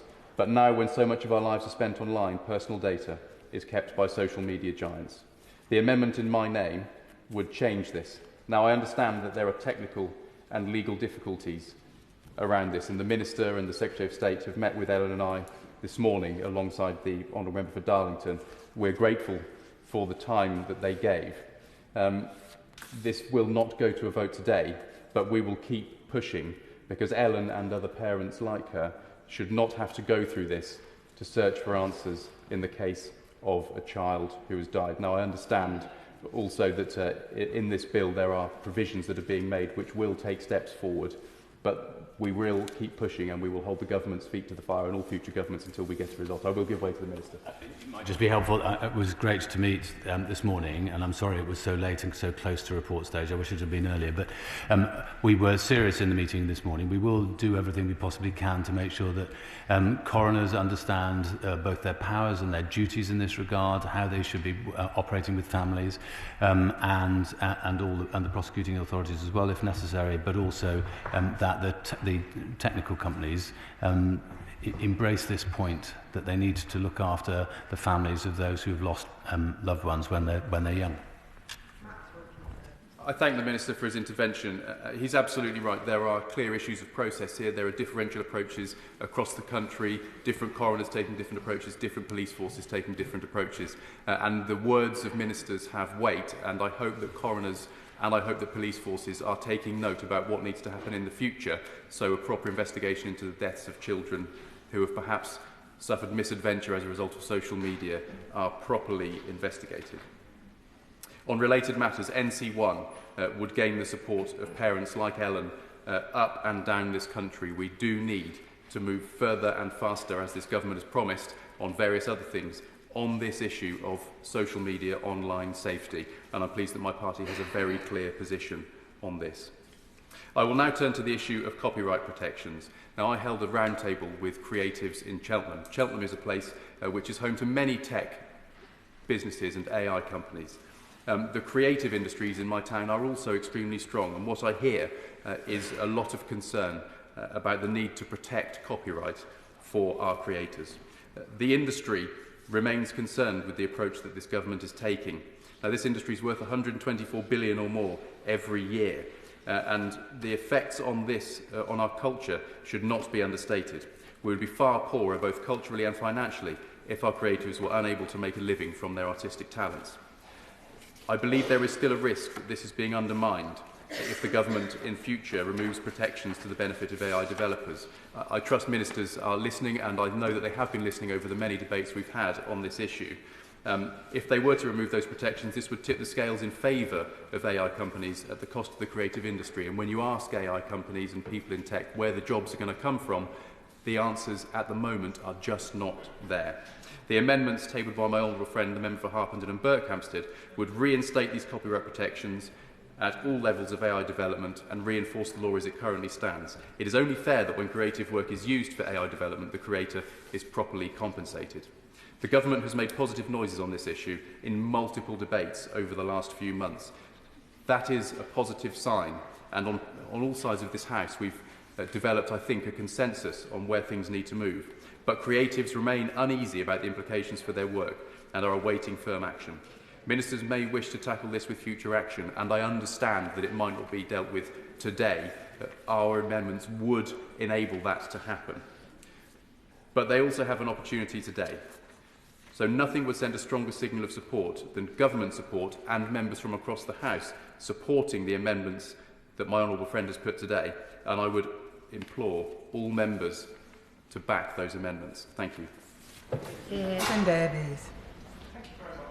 Madam Deputy Speaker, I want to speak with reference to clauses 4, 16 and 17, but this is a very ambitious piece of legislation, a weighty piece of legislation, and in huge chunks of it, most of us can agree on sections of it. But there is anxiety in the creative industries and in the media, particularly the local media, which have had a very torrid time over the last few years, through Brexit, through the pandemic. And I want to thank UK Music, the News Media Association and Directors UK for engaging with me on this issue, and also for the Minister for the generosity in which he has afforded to backbenchers with his time in discussing this. AI offers massive opportunities to make public services and businesses more effective and efficient, and this will improve people's lives. However, there is a fundamental difference between using AI to manage stock in retail or distribution, or for making scientific breakthroughs, which will improve people's health, and the generative AI, which is used to produce literature, images or music.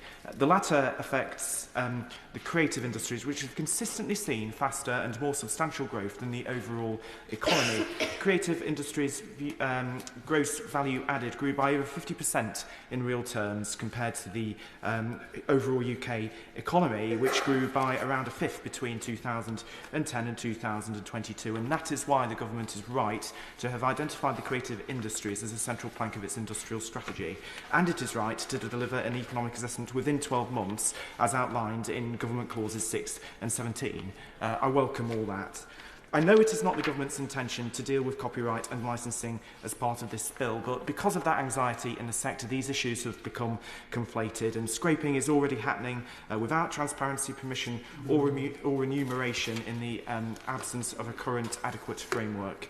And the pace of change in this sector and the risks of tariffs from across a pond means that it is imperative that we deal with the threat this poses to the creative industries as soon as we can.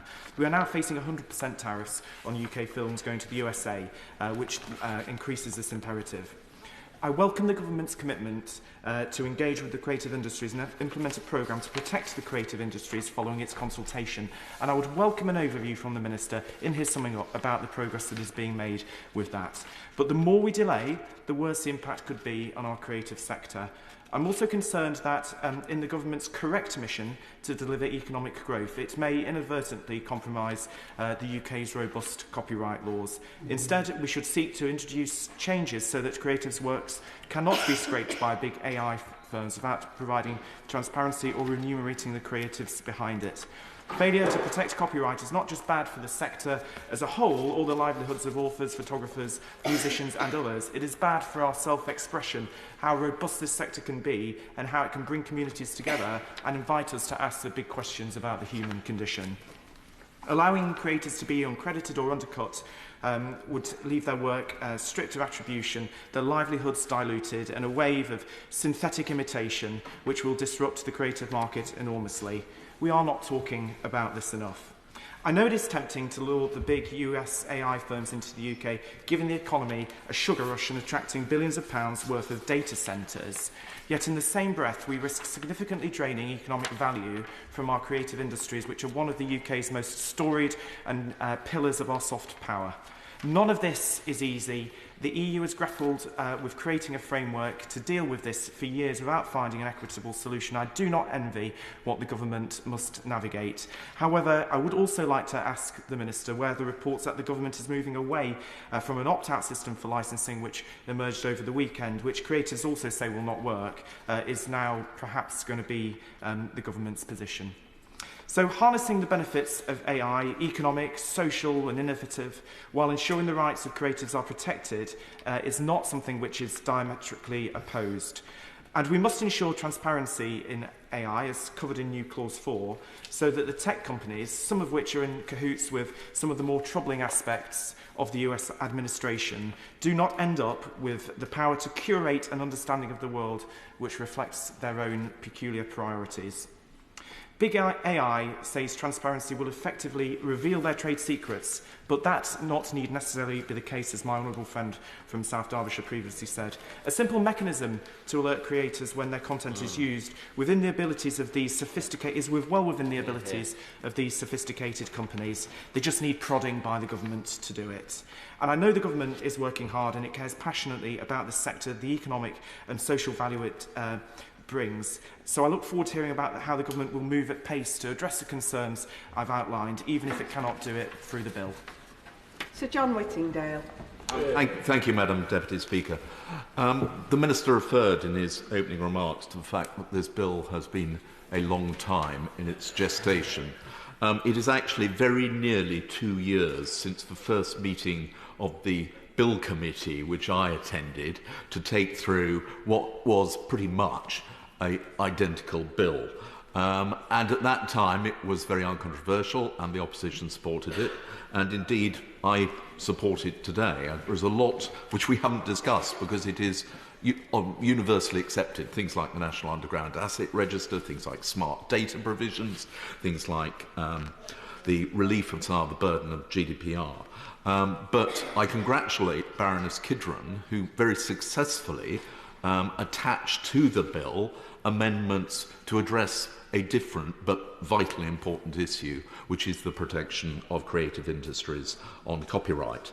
And therefore, I support new clauses 2, 3, 4, 5 and 6, which are essentially Baroness Kidron's amendments which were passed in the House of Lords.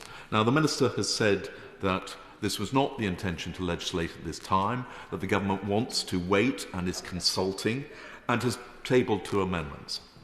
But these 2 amendments, one is to conduct an economic impact assessment, which the government would always have had to have done anyway, and the other is to commission a report into such things as technical standards and transparency. But as the honourable gentleman from the Scottish National Party, my colleague, has pointed out, that is simply going to delay things even longer. And this is an issue that has to be addressed now because generative AI models are currently scraping and using material. Now, it is the case that the law, in our view, is clear. And the Minister says, well, why do we need new Clause 2 if all it says is people should obey the law and we also believe the law is clear? But one of the reasons why this is so important is that you can only enforce the law if you know that it is being broken.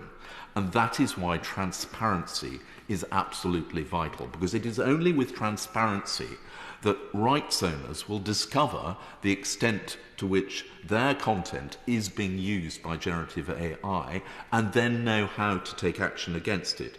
And I absolutely agree. It is not that the creative industries are against artificial intelligence. Indeed, a lot of them are using it. A lot of them are developing licensing models.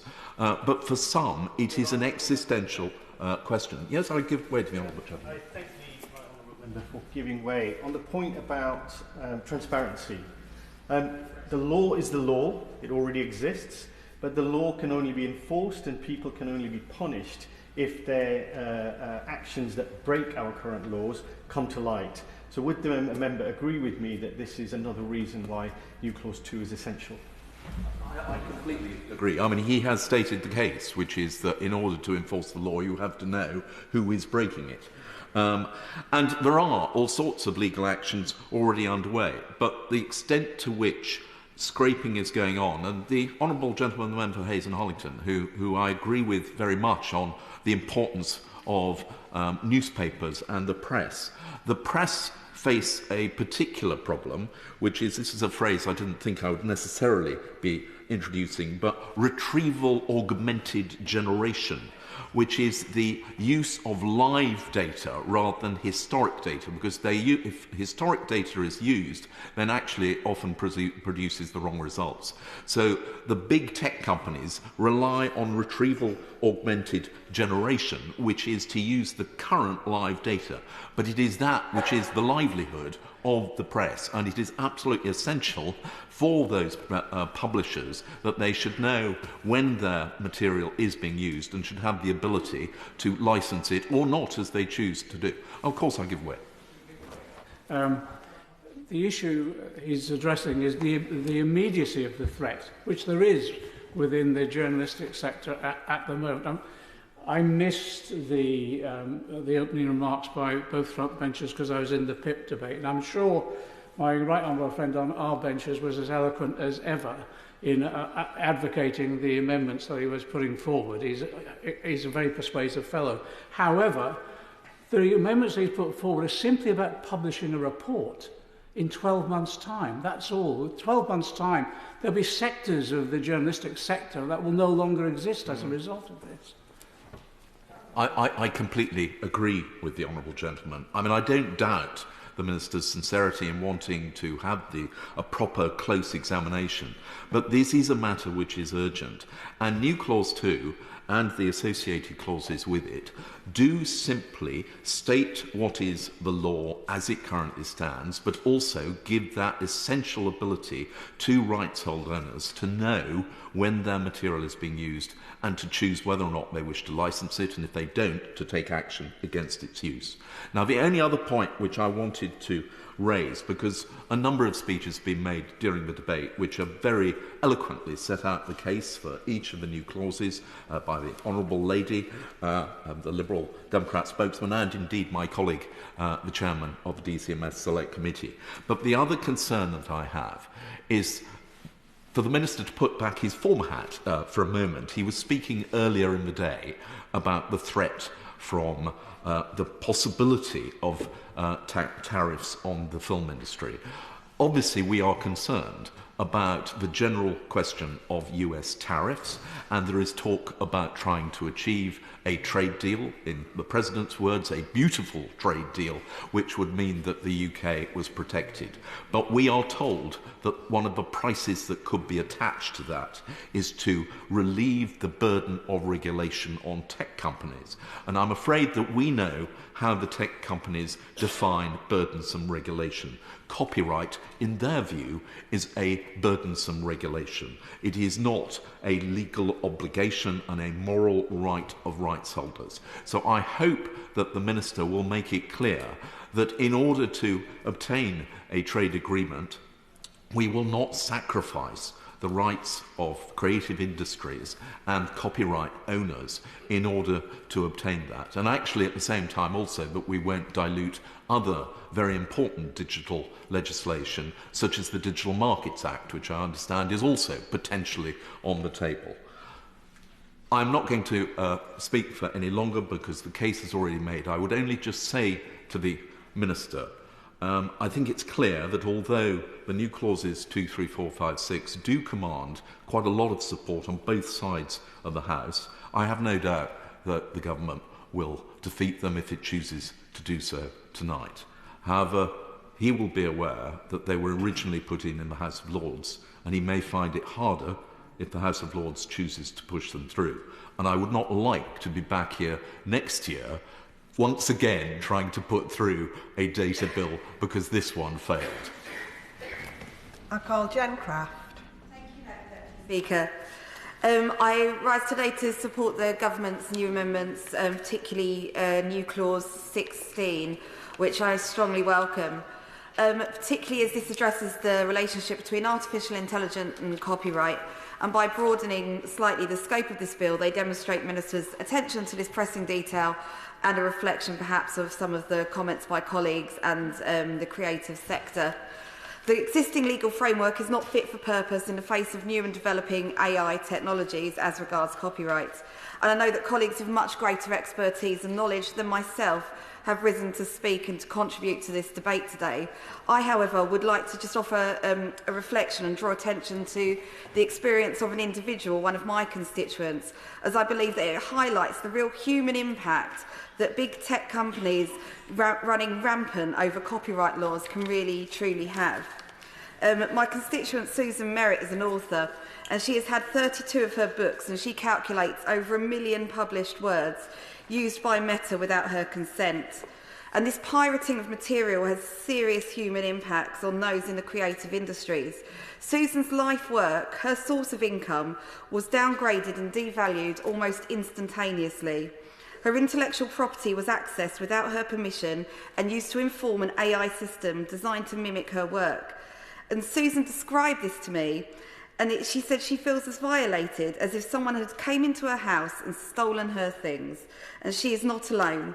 I've been contacted by other professionals in the creative industries in my constituency who also have had published material used without their consent by AI.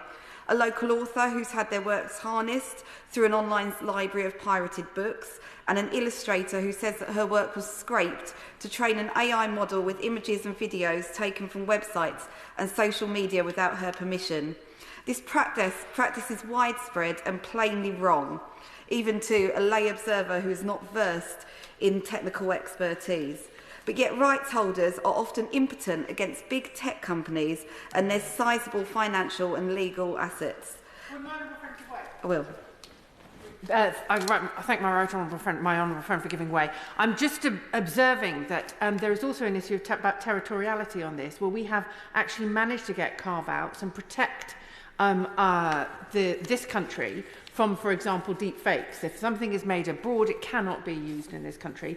Can we not have, does my honourable friend agree with me, that we should be able to have similar carve-outs for creatives, such as my honourable friend's constituents and indeed mine, so that if AI-generated material is made elsewhere, that it cannot be deployed in this country in order to be able to preserve a proper legislation in this country and framework to protect the creative rights of our creatives.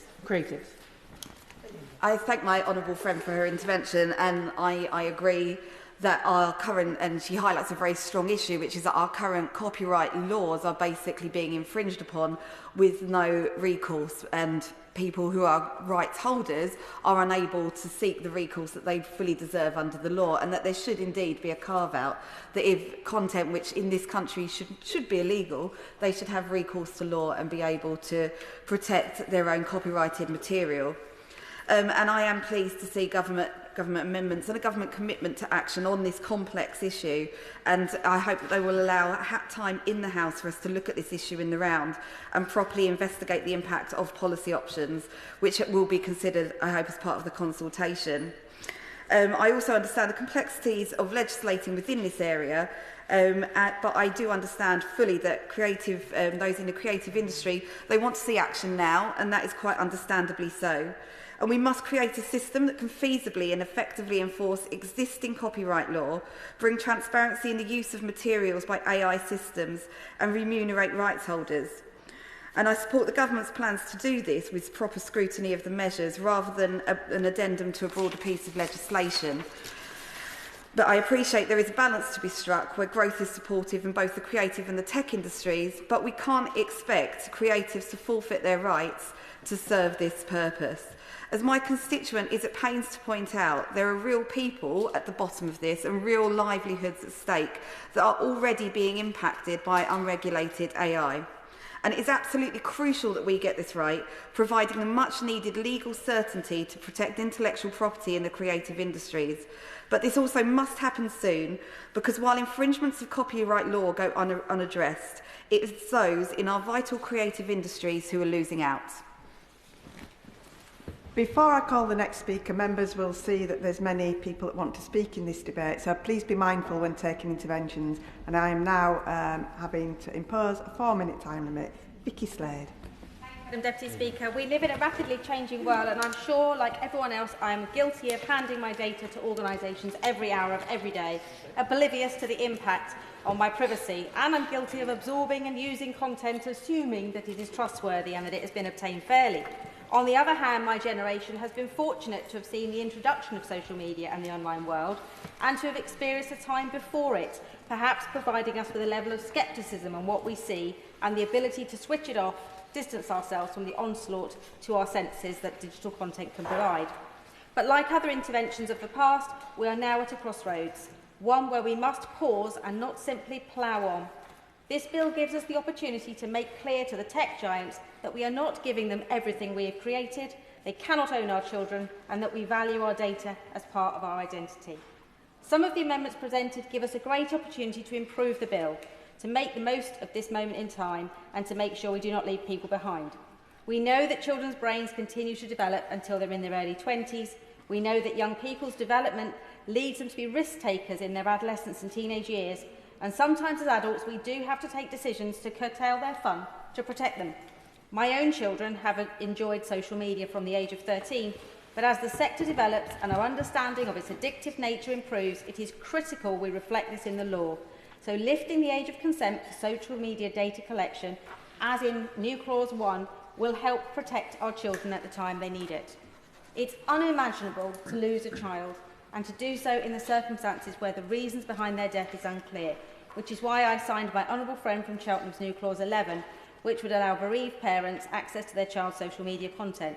This should not be necessary, given that GDPR and privacy rights do not apply to those who have died, but the fact that we even need such legislation calls into question the motivation of tech giants and tells us where their interest lies. So I urge the government to support this and welcome the assurance today that more work is going to be done. Madam Deputy Speaker, trust is at an all-time low, not only with government but other authorities like the NHS. As AI changes how we interact with the state, commerce and each other, the public should have a right to know how and when AI is involved in the decisions they make. Transparency matters, and that's why I'm supporting the new clauses proposed by my honourable friend from Harpenden and Berkhamsted. We know that if we use each other's content, we must pay for it, or at least credit it if we're not profiting from it. We know that if we do not, we infringe that copyright. So why should tech giants, probably based in some far-flung place, have a right to scrape it without knowledge or payment? And the idea that they even need to train their systems off the backs of people who've used their talents, time and made their living for creativity is, frankly, obscene.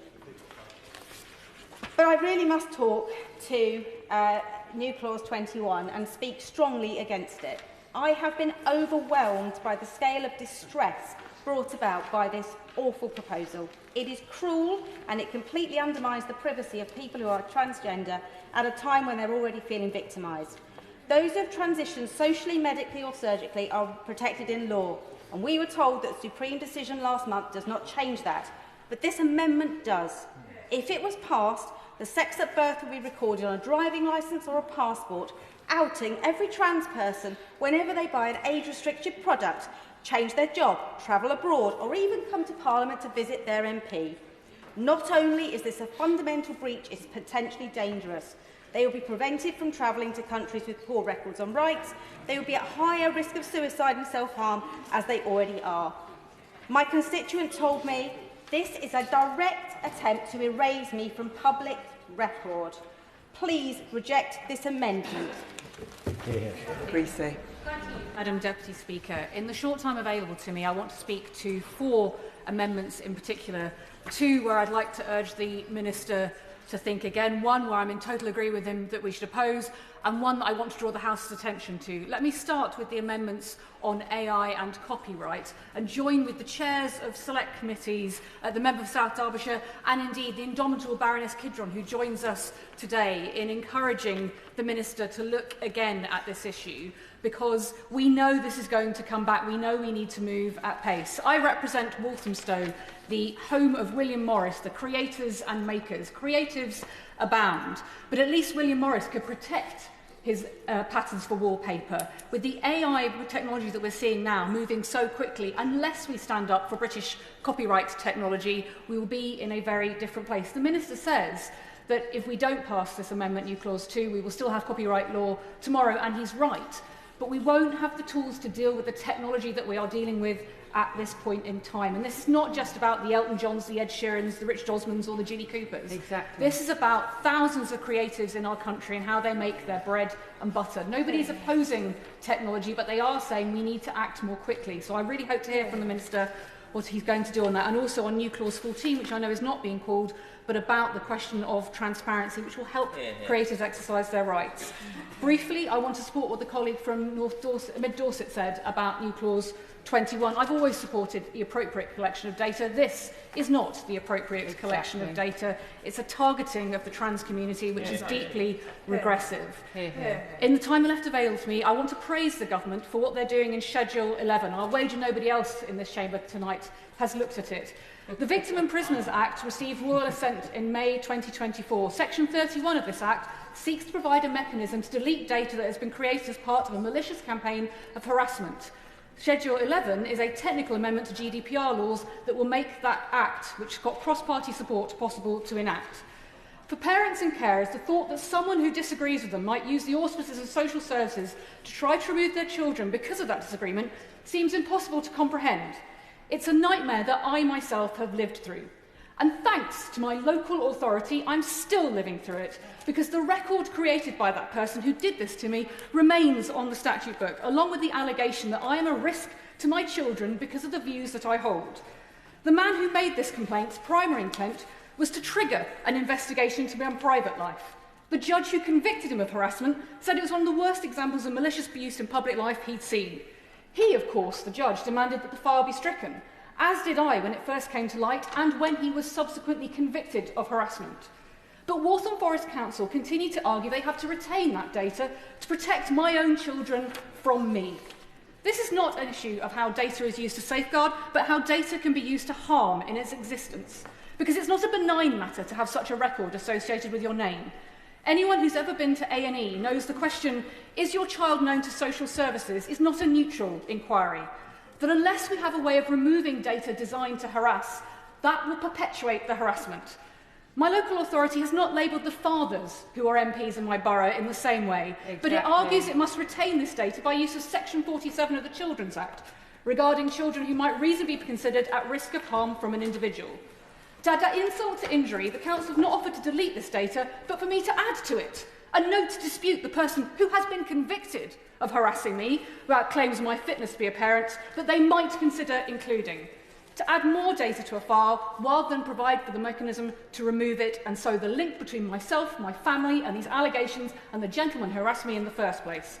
I've never received any form of apology or acknowledgement. There have always been strong grounds and legal processes to remove malicious records. It's also right that we set a high bar, as the previous legislation did. The consequential amendment should now mean that the government can pass the affirmative resolution to make that law a reality. We can't delete the misogyny at the heart of Waltham Forest Council's response, but we could finally delete the records and those of others like them and move on with our lives. Order. Steph Aquaran. Deputy Speaker, my new Clause 7 is seeking to ensure that alongside the creation of a digital verification framework, there is a right to the use of non-digital ID going forward. Digital exclusion is a major challenge for many communities around the country, including in North Norfolk. Part of the answer here, of course, is to improve digital education and bring those numbers down. But as Age UK rightly say, it will never be possible to get everyone online. We have to make sure that the progress we make in the digital age ensures provision for those that won't be supported by it, or to ensure they're not left behind or excluded. Older people are not the only ones who struggle with digital exclusion. Poverty is also a significant driver. A study in 2021 showed that more than half of those who are offline earned less than £20,000 a year. The government told the Lords that if it turned out people were being excluded, then we can consider legislating. But how many people earning less than £20,000 a year will be taking a business through the courts, maybe as far as the Supreme Court, to secure their rights? Why are we waiting for it to go wrong, placing the onus on vulnerable people to generate test cases and legal precedent, when we could put this matter to bed once and for all with this very simple addition to the bill? I also want to speak in support of new Clause 1. It's become abundantly clear to us all that we cannot trust the social media giants to keep our children safe. In fact, I go so far as to say they have very little interest in keeping children safe. The algorithms that drive these platforms, designed to keep users scrolling for as long as possible to maximise ad revenue, can be deeply damaging to children and young people. And it's important to emphasise just how pervasive this content stream can be. Not every member here may have experienced it, but pervasive, targeted content is not the same as a child seeing something distressing on the news. Once seen, if only fleetingly, it's the potential to be exposed to unsubstantiated, misleading or even traumatic content, or versions of that content over and over again, every few swipes, as the algorithm realises it can suck you in, keep you scrolling and make profit for the social media giants. This isn't what social networks set out to do, but it's what they've become. Whatever they told the government or the opposition, Madam Deputy Speaker, it's too complex or it costs too much, the flux capacitor isn't big enough, is just rubbish. If we simply remove the right to process personal data for under 16s, we remove the ability of algorithms to target them with content based on what they say and do. If the social networks cared about children's well-being, then they'd done this already. And I hope we can today finally take the action necessary to protect the next generation. Overall, my views on this bill remain broadly similar to the frustrations I expressed months ago at second reading. There is, in the bill, important, commendable and sensible stuff, and I welcome that. But it's what's not in the bill that's more frustrating. It could have done so much more to make sure we use the best possible position and harness the power of data. We could have addressed the litany of failures in public sector data use, which the government's own review outlined just months ago. We could be equipping our civil service and public sector with the talent, culture and leadership to make us a global trailblazing in data-driven government. So it's really frustrating that this bill doesn't contain any of the steps necessary to make those improvements. If we use data better, we do government better. And I'm sure the whole House and all our constituents are very keen to see that. Call James Nash. Thank you, Madam Deputy Speaker. As all of us here know, data is the DNA of our modern life. It drives our economy, our NHS, our public services, often silently, but ultimately very powerfully. And for too long, outdated data infrastructure across the British state has held us back, costing us billions and draining frontline resources. This ambitious bill sets out to change that, and it should therefore be welcomed. For our NHS, the bill means faster and safer care. More transferable and accurate patient data could save 140,000 hours of staff time annually, reduce duplicate lab tests, prevent up to 20 deaths each year from medication errors, and improve overall patient safety and outcomes. That is real impact. It also frees up 1.5 million hours of police time, letting officers spend more time on our streets, not behind desks. And the National Underground Asset Register, as has been mentioned already today, could bring £4 billion to our economy by preventing costly infrastructure, delays and accidents. This bill doesn't seek to just cut red tape, it boosts research, protects personal data and allows scientists and online safety experts to better access information to keep all of us safer, which I welcome. Turning to artificial intelligence and the creative industries and Government Amendment 16 on this. We've all seen the potential of AI, but that promise must not come at the expense of those who create. I thank the dozens of constituents who have contacted me about their concerns, and that's why I welcome the government's recognition of the complex intersection between AI and copyright and the need to get this right. It's clear that we must tread carefully and base any changes on robust evidence. So I'm pleased that the government is committed to publishing a full economic impact assessment that will report to Parliament on key concerns such as how AI developers access copyrighted materials, the transparency of their methods and licensing. I will personally continue to support equity with its work on the principle of personality rights. Finally, I turn to Amendment NC21, which proposes mandatory recording of sex at birth across all public authorities. This amendment would require all public authorities, be it the NHS, which I could potentially understand, or the DVLA, which I certainly couldn't, to record and retain people's sex at birth, even when someone has a gender recognition certificate. This amendment would seemingly require this regardless of context, purpose, or relevance. And this, to me, feels neither proportionate nor respectful of existing legal frameworks or the trans community at this difficult time.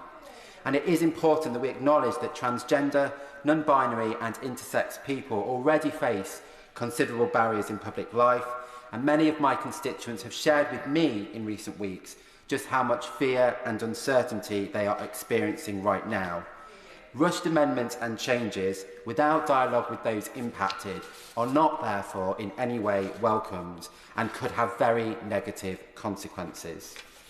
Finally, on the theme of privacy, proportionality and protecting vulnerable people, I would like to ask the Minister about whether any steps can be taken by his department in the future to end the collection and sharing of sensitive personal data when people use police, public, university or other websites for reporting crimes or abuses, and this data subsequently being shared with third parties through tracking pixels.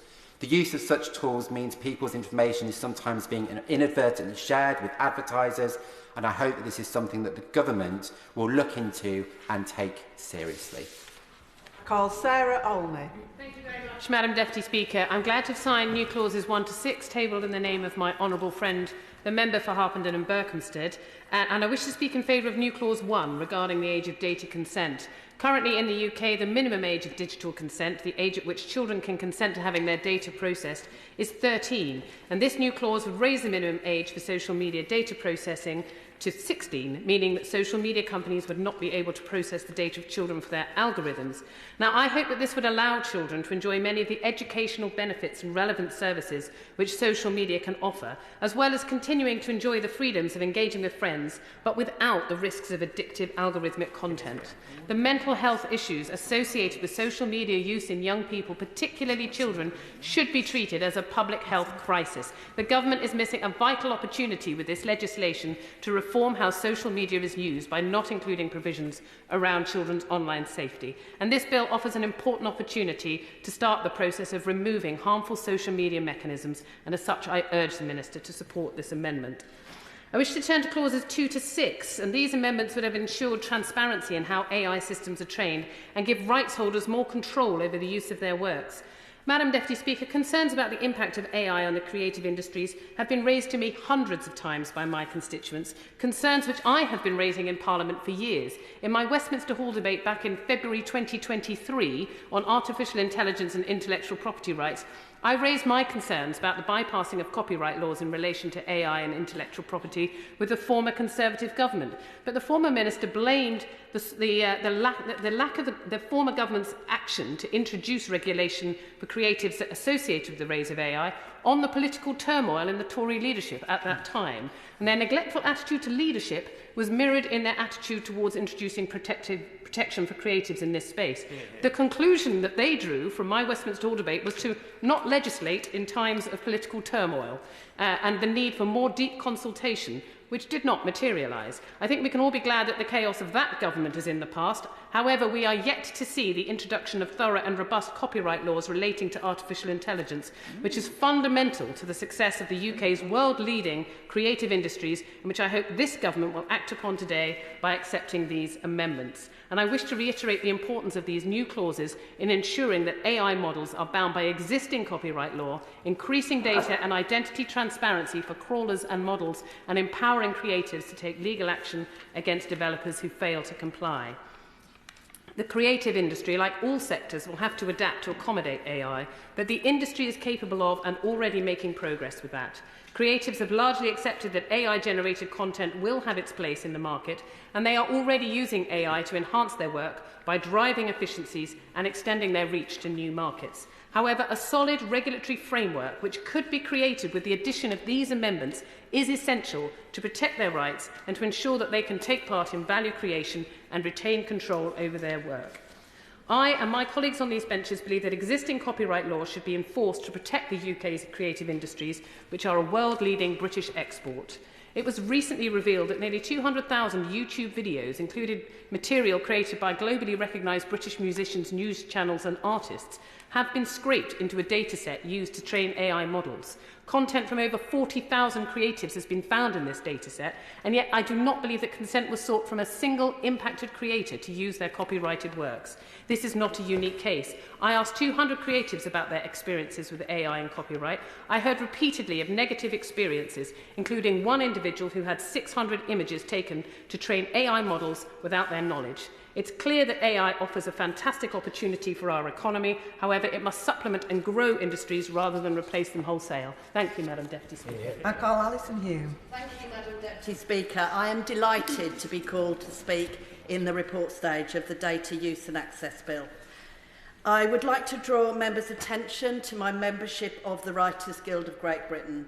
Before I entered this place, I worked as a screenwriter, a freelancer creating drama for adults and children. And Madam Deputy Speaker, I might add, children are the hardest audience to please. It used to be that you had 5 minutes to hook them. Now it's more like 5 seconds. And speed is the subject of my contribution to today's debate. I warmly welcome the Minister's engagement on the issue of how best to protect our peerless creative industries. And in that spirit, I'm pleased to see new clauses 16 and 17 and the commitment to addressing the fundamental issue of transparency. At the moment, AI companies do not have to tell anyone what they're stealing from the internet, from whom they are stealing and why they're stealing it. Whilst I appreciate the government's position that it wants more time, I worry that in the gap between this data bill becoming law and a new bill which addresses transparency and copyright, everything that can be scraped will be scraped. 12 months is a long time and plenty of time for AI companies to continue crawling over original copyrighted material without a care in the world. And for some parts of the creative industries, 12 months will be 12 months too long.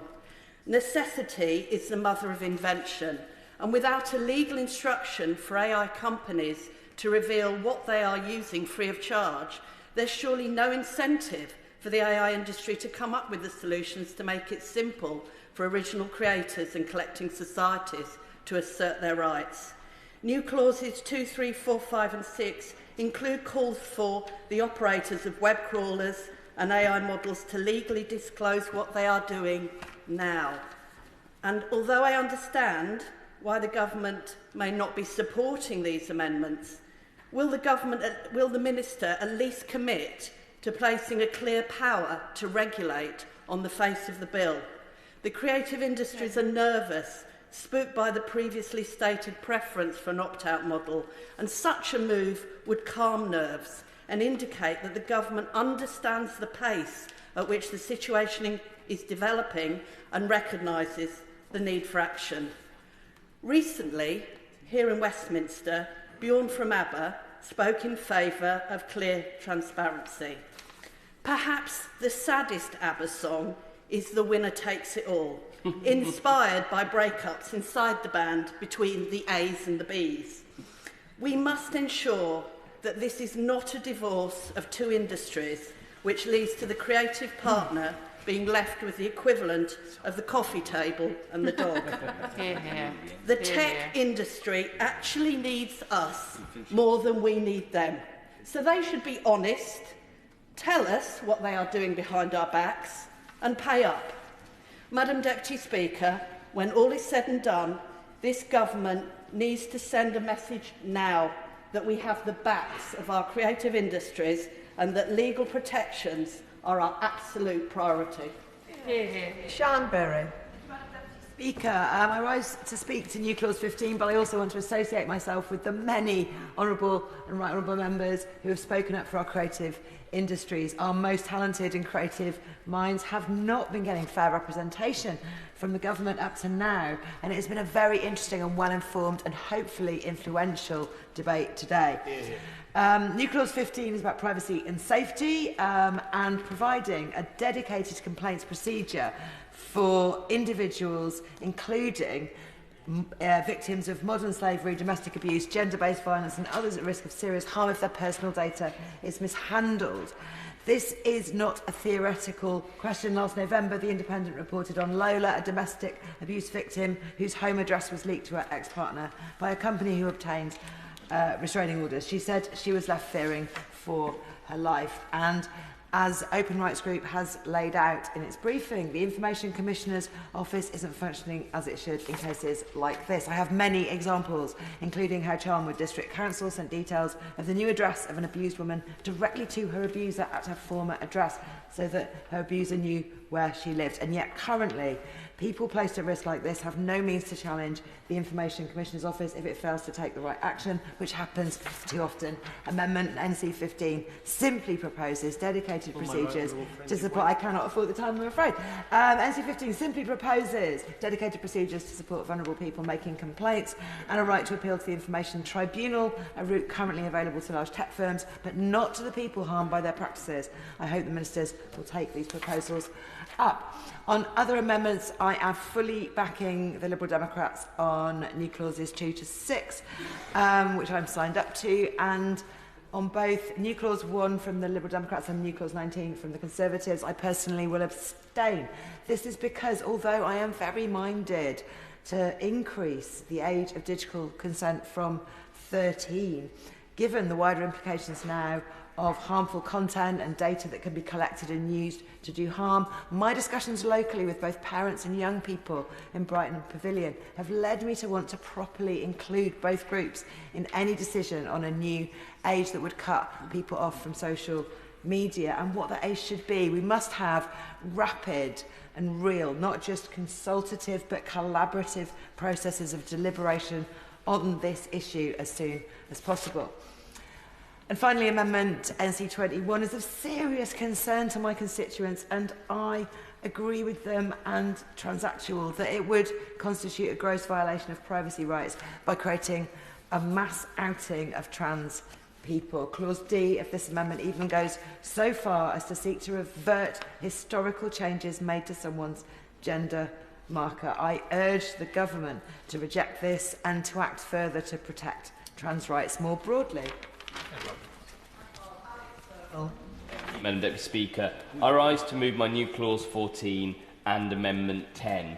But furthermore, I would like to make note of my steadfast opposition to proposed new clause 21, which does not simply change data collection, proposed to mark and track individuals based on sex at birth, regardless of their lived reality, legal recognition or consent. No one, not a government, not a public authority, not a politician, has the right to define who another person is. Only the individual can do that. This is a fundamental principle of dignity and respect that transcends political views and legal debates. We must reject new clause 21. Moving on to my new clause 14. It's widely accepted that AI has already ingested everything on the internet, whether music, films or books. Yet there is no legal requirement on these companies to disclose what their views, making it difficult for musicians and authors to enforce their rights and, crucially, be paid for their work. That's why I urge the Minister to give a commitment to legislating transparency to protect creative industries. I note Government's new clause 16 and 17 as a starting point.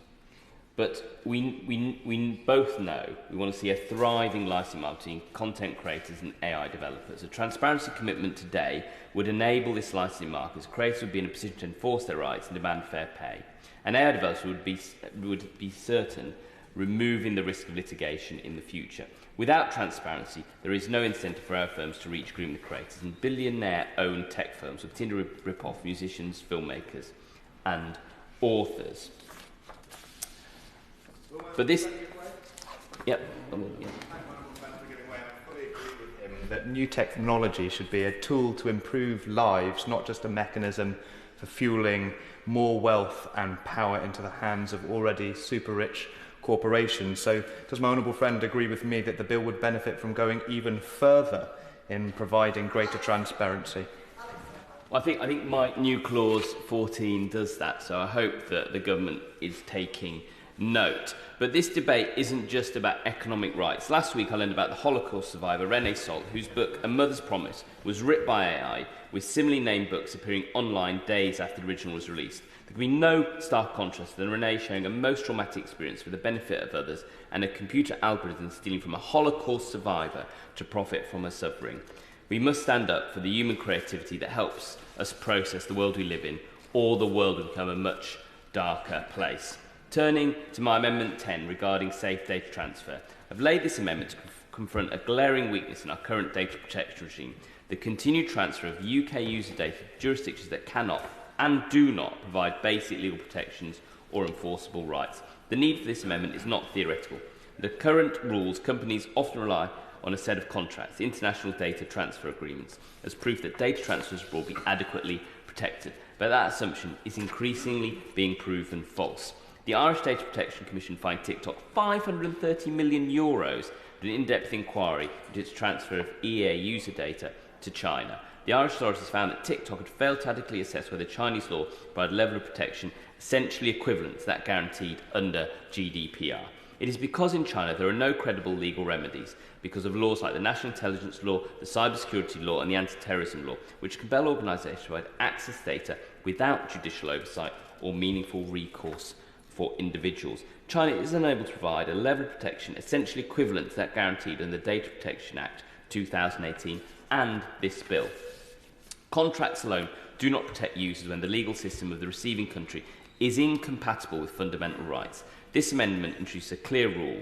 Where there is no meaningful enforcement of data rights, no independent judiciary, no administrative remedy, or no legal path to challenge unlawful access, such countries will be deemed unsafe for UK data transfers. This bill must address this critical blind spot. Contracts alone cannot ensure user rights in jurisdictions that offer no legal safeguards. This amendment provides a principle legally sound and urgently responds to real threat, and I hope the Minister, with his background on these issues, will take this seriously and maybe meet with me to further look at how we can close this loophole. Thank you. I call Damien Hines. Thank you, Deputy Speaker. Now, our nominal minimum age for social media usage in this country comes from a well-meaning piece of American legislation originally in 1998. It didn't have to be 13. It was going to be 16 back then in 1998. It was changed to 13. Then with the birth of GDPR again, it didn't have to be 13. The default, in fact, was 16, and various countries, including Germany, the Netherlands and Ireland, selected 16. We selected 13, and that means that at that age you can now sign up to social media, have your behaviour tracked for the purpose of targeting content and ads towards you. You can start your own channel. You can have multiple IDs, and you have to make those decisions about what details of your private life you share. And many people just believe that 13, in terms of brain development, is too young to make some of those decisions reliably. And there are, of course, real downsides and risks and dangers from the combination of social media with the ready availability of a handheld electronic device. Addictive features, the effect on sleep, the ease of making unwanted contact to children, the rabbit holes that they can fall down, the corrosive content that plays on the insecurity of adolescence. And usually when there's an objection to raising that age to 16, normally the objection is something around worries that pro-social applications will be hit, there'll be unintended consequences, children won't be able to seek help if they're in an abusive family, or they won't be able to find out information about contraception or whatever it might be. Indeed, these were some of the reasons why, back in 1998, the 16 became 13, and again they came up in debate here over GDPR. So I worded new clause 12 to try to demonstrate how you could do it without any of that loss, by having very broad categories of exemption. But even with those exemptions, the government would still be able to say, and I'm sure they will, and they will say some of the same things, by the way, about new clause 1 very shortly, that it's technically inadequate and it's worded badly and it's got the wrong exception, there'll be unintended consequences. And that is why I think the official opposition amendment is almost unarguable, because it has the default position that this will change, but it will be subject to review and making sure that all those considerations are taken into account. I also want to talk briefly to Amendment 9, which I also won't be pushing to a vote. But this is about age checks. So whatever the nominal age might be is sort of irrelevant if nobody actually enforces it. And the Online Safety Act says that social media should enforce their own age limits. But very often that is done by very simple methods of self-declaration, which are very, very easy to circumvent. And there's a question about how we interpret the wording in the Online Safety Act, which says that age checks must be done consistently. I'll happily give way. I thank my right honourable friend for giving way. Would my right honourable friend agree with me that self-regulation in many industries just does not work? So we can go to the water industry with sewage reporting, or we can go to the AI and tech companies who will use our data and not tell the regulators that they're using it. So there is a real need to strengthen this regulation. He tempts me into a broadening of this debate, which, Madam Deputy Speaker, at this late stage, I don't think you would encourage me to do. But he makes a very important point about self-regulation in this sector. And I think the public look to us, parents look to us, indeed children look to us to make sure that we have their best interests at heart. And the Online Safety Act may only say that age minima should be enforced consistently rather than well. I don't think it was the will of this Parliament to say that it would be okay to enforce a minimum age limit consistently badly. What we meant was that companies should take reasonable steps to make sure that if it says right now the age minimum is 13, or in the future if it's 16, or whatever other age it might be, they should make their reasonable efforts to make sure that is the case. There is more checking than there used to be, but it is still very limited. And in the recent Five Rights report, on Instagram's teen accounts, they based that all their avatars were able to get into social media with only self-reported birth dates and no additional checks. This means that there are many, many thousands of children under the age, the nominal age of 13, who are on social media, many, many more thousands who are over 13, but the platform thinks they are 15 or 16 or 17 or perhaps 18 or 19, and that, of course, affects the content that is served to them. Now, either Ofcom or the ICO could tighten up the rules around the minimum age, but Amendment 9 would require that to happen to be compliant with the ICO regulation. The technology does exist. It is harder to do at age 13 than age 18. Of course, the recent Ofcom changes are all about age 18. It is harder to do, but it is possible, and that technology will further develop. Ultimately, this is about backing parents who have this balance to strike, where they do want to make sure their children are full part of their friendship groups, accessing all those opportunities, but also protecting them from harm. And parents have a reasonable expectation their children will be protected from wholly inappropriate content. Madam Deputy Speaker. So I would like to speak on new clauses 1 and 11 and briefly on new clause 2. Liberal Democrats believe that the government has missed a trick by not including stronger provisions around children's online safety in this bill. It's time we started treating the mental health issues that are arising from social media use and phone addiction as a public health crisis and acted accordingly. We know that children as young as 9 or 10 are watching hardcore, violent pornography. By the time they're in their teens, it has become so normalised that they think violent sexual acts such as choking are normal. It certainly was not when we were teenagers. Girls are starving themselves to achieve an unrealistic body image because their reality is warped by airbrushed images. And kids who are struggling socially are sucked in by content promoting self-harm and even suicide. One constituent told me, I set up a TikTok account as a 13-year-old to test the horrors, and half a day later had self-harm content dominating on the feed. I did not search for it, it found me. What kind of hell is this? It's time we gave our children back their childhood. So our new Clause 1 would help sever the addictive nature of endless content that reels children in and keeps them hooked. It would raise the minimum age for social media data processing from 13 to 16 right now, meaning social media companies would not be able to process children's data for algorithmic purposes. They would still be able to access social media to connect with friends and access relevant services, which are really important. But the amendment retains exceptions for health and educational purposes, so children who are seeking help will still be able to find it. We know there is a correlation between greater social media use among young people since 2012 and worsening mental health outcomes. Teachers tell me regularly that children are struggling to concentrate and stay awake because of lack of sleep. Some literally addicted to their phones, with 23% of 13-year-old girls in the UK displaying problematic social media use. The evidence is before us. It is time to act now, not in 18 months, not in a couple of years. The addictive nature of the algorithm is pernicious, and we as legislators can do something about it by passing this amendment. But I believe it's time to go further. This bill doesn't do it, but it's time we devise legislation to save the next generation of teenagers from the horrors of online harm. The new Ofcom Children's Code provides hope that ticking a box to say you're an adult will no longer be enough to allow access to adult sites. It's a good place to start, and let's hope it works. If it doesn't, we need to take quick and robust action to move further with legislation. Because of the nature of the harms that exist online, I also support New Clause 11 and urge the government strongly to support it. No parent should have to go through the agony experienced by Ellen Room. Losing a child is horrific enough, but being refused access to her son's social media data to find out why he died is a second, quite unacceptable agony. This must be changed, and all ISPs should be compelled to comply. New Clause 11 would do this. I did hear what the Minister said about coroners. However, I strongly believe that legislation is needed, with a requirement to release data or provide access to their children's account to any parent or guardian of someone under 18 who has died. There is, as far as I can see, no reason not to support this amendment to the bill. And very briefly, I would just like to echo calls from across the House.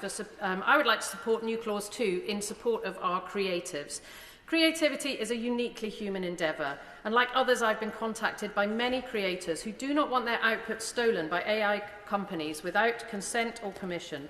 It is vital that AI companies comply with copyright legislation, which clearly has to be updated to meet the requirements of the brave new world of tech that we now live in. Thank you. Iqbal Mohammed. Thank you, Madam Deputy Speaker. I stand to confirm my agreement with New Clause 1 and New Clause 12, and I associate myself with the speech of my honourable friend from South Devon.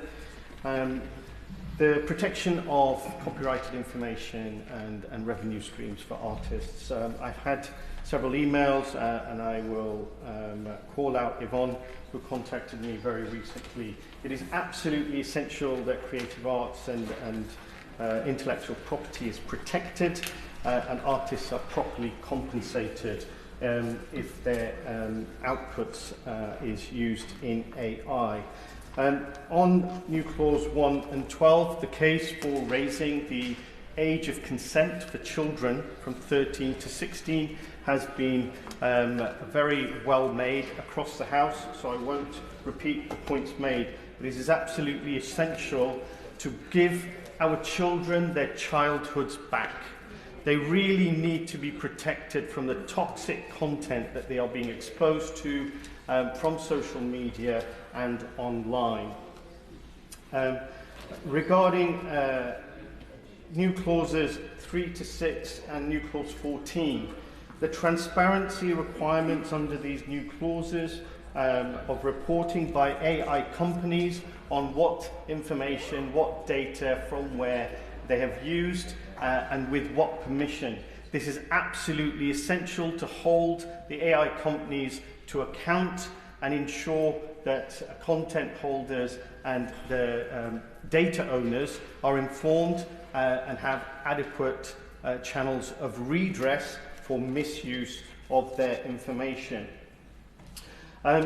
New Clause 7, I'm sure, has been spoken about when I had to leave the chamber, but the right to use non-digital verification for our citizens is absolutely key. My mother, who's in her late 60s, bless her, wouldn't have a clue what to do if she didn't have family to support her through her benefits claims doctor's prescriptions, appointments, etc. And we cannot exclude millions of our citizens who may choose not to have smartphones and not to be exposed to the toxic content online, or are just not tech literate. So I would urge the government to ensure that we do not exclude millions of our citizens. And finally, I also support new clause 11 extremely strongly, but I will defer to the speeches made before me. Finally, new clause 18. I've had many constituents write to me or speak to me personally about their concerns about sharing their private data, NHS data and other private data with third parties like Plantier. It is absolutely essential that this new government adopt a posture of ethical, transparent business practices for all suppliers that work and provide services in our country. We've already heard about the background of Plantier. I don't know how true this is, but some constituents believed or they'd read that the Prime Minister, in his first visit to the US after meeting Donald Trump, he actually visited Plantier's headquarters or one of their offices. So I urge the government to protect... David Chadwick. Thank you, Madam Deputy Speaker. I rise today to speak in strong support of New Clause 1 and New Clause 2. New Clause 1, which seeks to raise the age of consent for social media data processing from 13 to 16. As the father of 2 young boys, I am deeply concerned by how tech platforms engineer addiction, manipulate attention and shape childhood in ways that parents and even governments can't easily counter. This isn't hypothetical, it's the reality our children are living every day. Children aged 13 to 15 are especially vulnerable. Those social media algorithms don't just show content, they shape beliefs, reinforce insecurities and amplify harm. Whether it's body image filters, content promoting self-harm or endless scrolling, these platforms are designed for engagement, not well-being. To be clear, this amendment does not ban young people from using social media. It simply says that their data should not be exploited for commercial gain without genuine, informed consent. And by raising the age to 16 for these specific practices, we align with international best practice and the UN Convention on the Rights of the Child. And with clear exemptions for education and health platforms, this is a targeted and proportionate reform that prioritises child mental health. Turning to New Clause 2 on copyright compliance and AI. The AI revolution, as we all know, is here, but just as we wouldn't let a factory operate by stealing its raw materials from others, we shouldn't let AI models train on copyrighted work. That's books, music, journalism, without permission or payment. This amendment makes one clear demand. If an AI system operates in the UK, it must respect UK copyright law regardless of where those servers are based. We're standing up for our creators, for the authors, musicians, filmmakers and developers whose work gives AI its power. In Wales alone, the creative industries turned over 1.5 billion in 2023, employing over 37,000 people. So let's not wait for lawsuits or damage to our industries. This amendment provides legal clarity, defends creators and affirms that Parliament, not Silicon Valley, writes the rules. These Liberal Democrat amendments are principled, practical and long overdue, and I urge all members to support them. Hear, hear. Which brings us to the front bench. Dr Ben Spencer. Thank you, Madam Deputy Speaker. Well, look, it's been a pleasure listening to and hearing the contributions from across the House in this report stage of the Data Use and Access Bill. I'd like to start by paying a tribute to the members for Gosport and Malden who spoke with passion about the protection of copyright and AI. I suspect the member, I don't know whether Malden would be looking forward to seeing the back of this bill and hope it doesn't come forward again in a future iteration. The member for Chingford and Woodford Green who spoke about the importance of making sure data doesn't fall victim to hostile states and lockdown states actors, and the member for East Hampshire who spoke with knowledge and authority on this important issue and the challenges and practicalities of making sure we get it right for our children. I'd like to return just to the three themes that we put forward as opposition. On copyright, the Minister has repeatedly made assurances here regarding the application of copyright with regards to AI training. But the Secretary of State created the uncertainty by saying in the AI copyright consultation, at present, the application of UK copyright law to the training of AI models is disputed. When you create that level of uncertainty, you need at least an equal level of clarity to make amends for that. And this is in part what our new Clause 20 calls for, amongst other things, a formal statement from the Intellectual Property Office or otherwise. And I don't see why that's a challenge for the government to put forwards and deliver. On social media, Madam Deputy Speaker, in our new Clause 19, and the use of inappropriate social media services for under 16s and protections of children. For those watching online, I think I'll summarise the three positions which I've heard. So the government position, it seems to me, is they don't want to think about it, let's leave things as they are. The Lib Dem position is they don't want to think about it, but let's bring in a blanket ban. And our position is very much think about it, get it into a workable and effective position, and then improve the protections for our children. Now, finally, on new clause, I am very happy to give way. Thank you. I would just like to clarify that we've thought long and hard about this, along with many organisations and charities, to get this right. Well, thank you. That's good to hear. Finally, on new clause 21, our amendment is sadly... Yes, of course. I will try for a third time because we tried it earlier on. The opposition has clearly briefed the press that they are angling for a ban on social media for under 16s. It's been reported in multiple places. Can the Shadow Minister confirm whether that is the opposition's position or not? So, for the fourth time, as I've said, the amendment effectively creates a de facto position where there are restrictions in terms of the use of inappropriate social media services for children.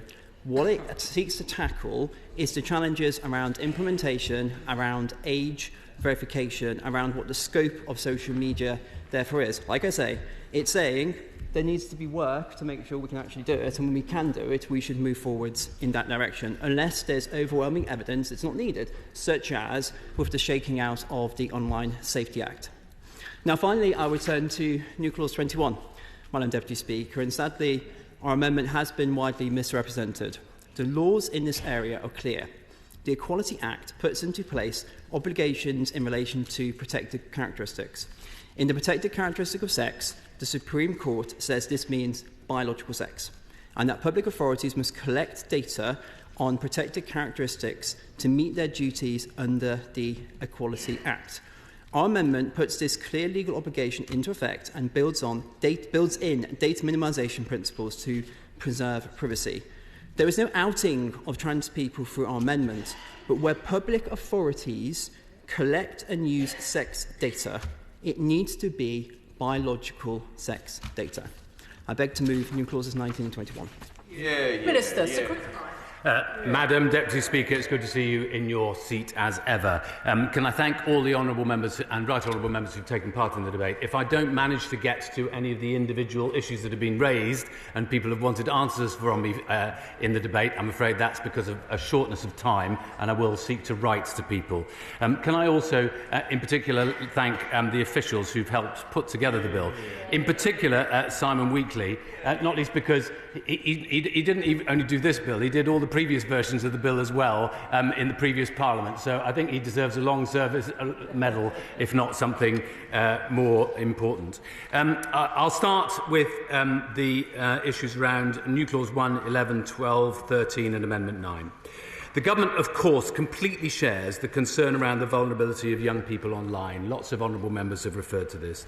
However, the age of 13 was set in the Data Protection Act in 2018. I remember at the time I was a member. It reflects what was considered at the time to be the right balance between enabling young people to participate online and ensuring their data is protected. Some change to protecting children online is already in train. As of last month, Ofcom finalised the Child Safety Codes, a key pillar of the Online Safety Act. Guidance published at the same time started a 3-month period where all in-scope services that are likely to be accessed by children will be required to assess the risk of harm their services pose to children. From July, the Act will require platforms to implement measures to protect children from harm. This is the point we expect child users to see a tangible, positive difference to their online experiences. I wish this had all been able to happen earlier. I wish the Act had been in a different year, but it's the Act as it is. This includes highly effective age checks to prevent children encountering the most harmful content and adjusting algorithms to reduce exposure to harmful content.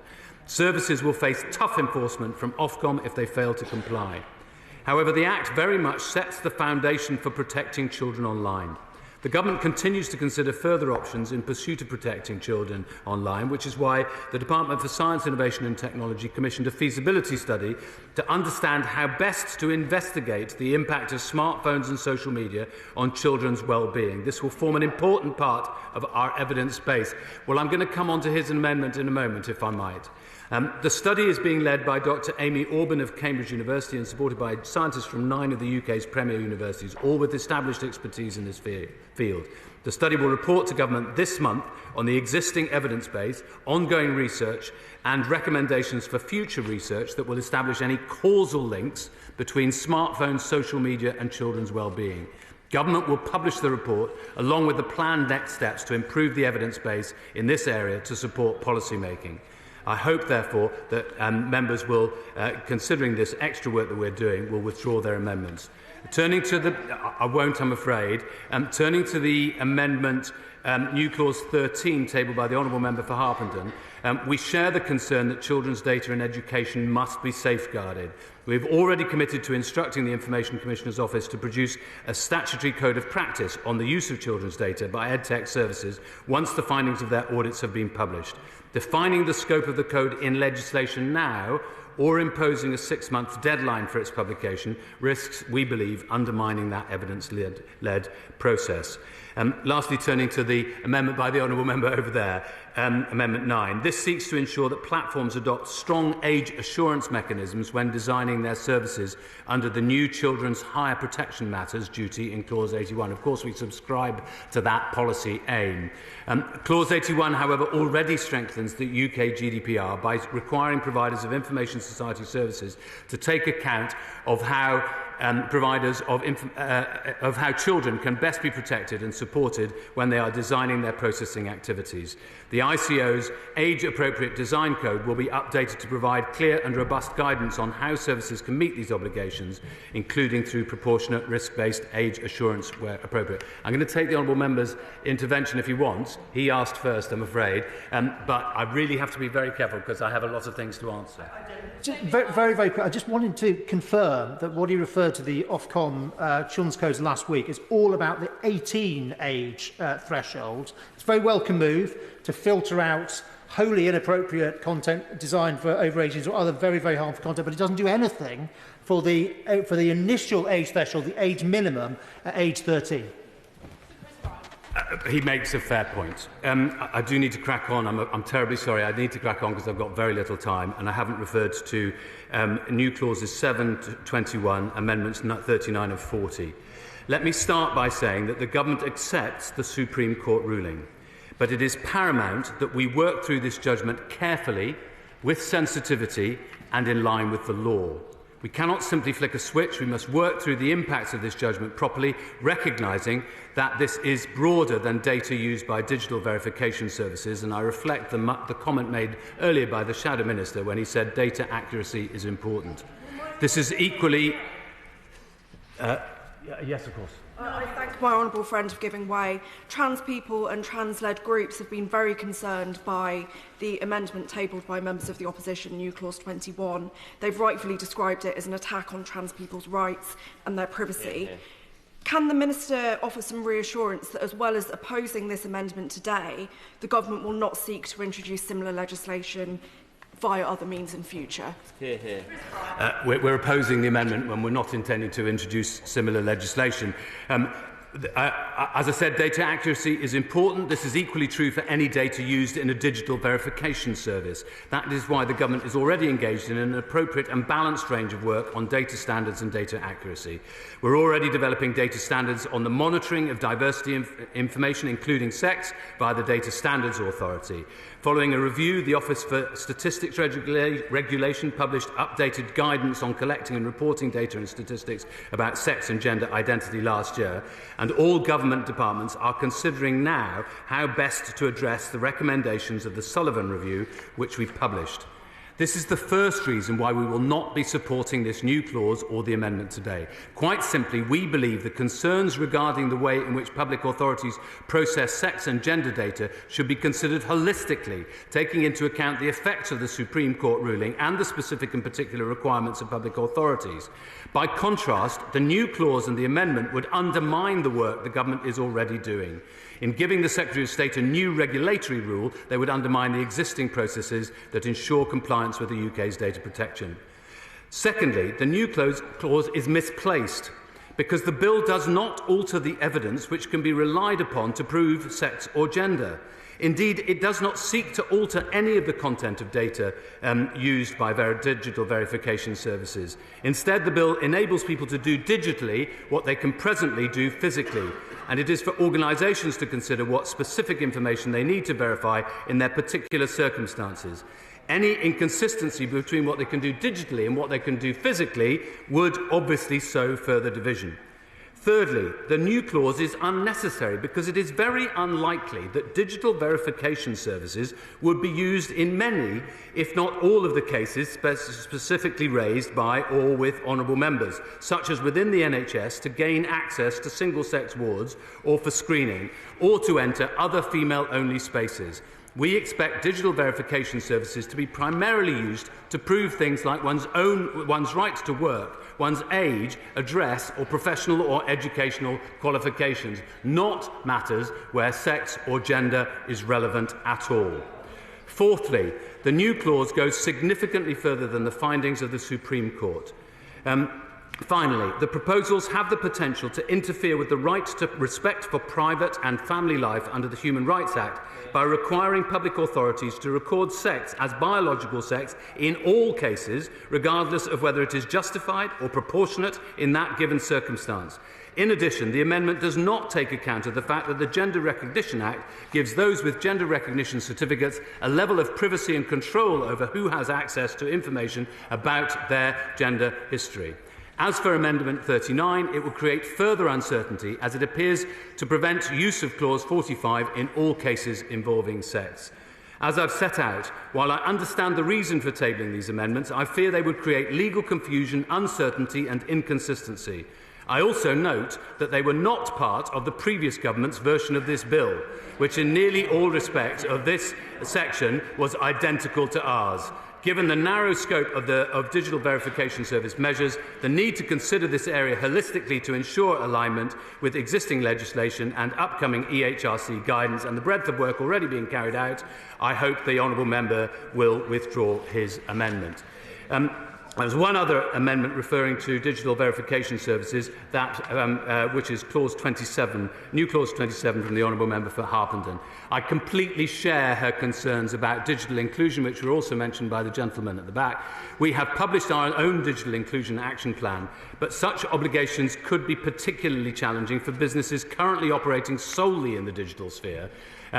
For example, online banks. Taking a blanket approach in the way proposed would not be proportionate, so I urge her to withdraw her amendment. Scientific research. My honourable friend, the member for Newcastle upon Tyne Central, has her amendments 37 and 38. 37 adds further conditions to the definition of scientific research. I understand her concern, and we want to prevent misuse.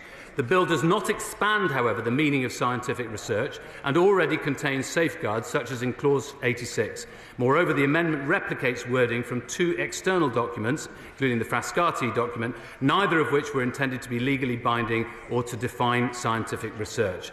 I'm very happy to continue having these conversations with my honourable friend, but I urge her to withdraw the amendment.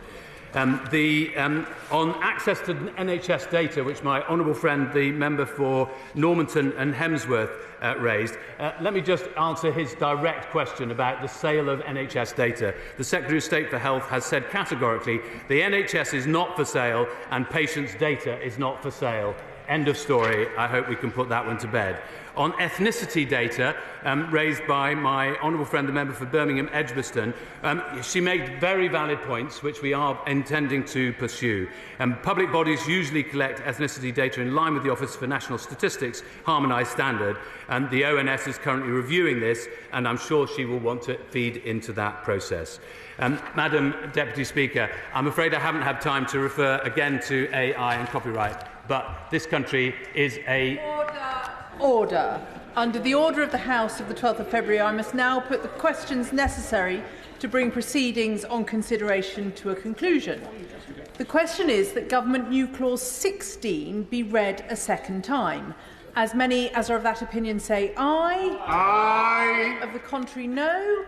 I think the ayes have it. The ayes have it. The question is that Government New Clause 16 be added to the bill. As many as are of that opinion say aye. Aye. Of the contrary, no. I think the ayes have it. The ayes have it. We come to Government New Clause 17. I call the Minister to move New Clause 17 formally. The question is that New Clause 17 be added to the bill. As many as are of that opinion say aye. Aye. Of the contrary, no. I think the ayes have it. The ayes have it. New Clause 1 has been selected for separate decision. I call the Liberal Democrat spokesperson to move New Clause 1 formally. The question is that New Clause 1 be added to the bill. As many as of that opinion say aye. Aye. Of the contrary, no. No! Division! Clear the lobby.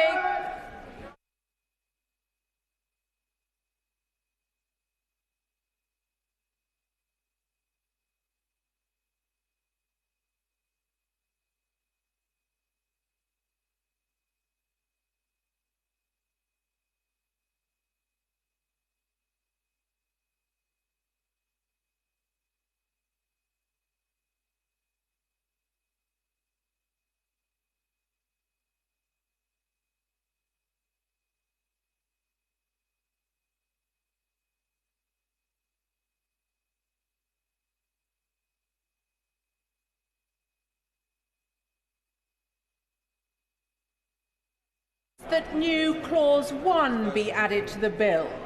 As many as that opinion say aye. Of the contrary, no. No. Tellers for the ayes are Susan Murray and Tessa Munt. Tellers for the noes, Jen Kitchen and Anna McMorrin.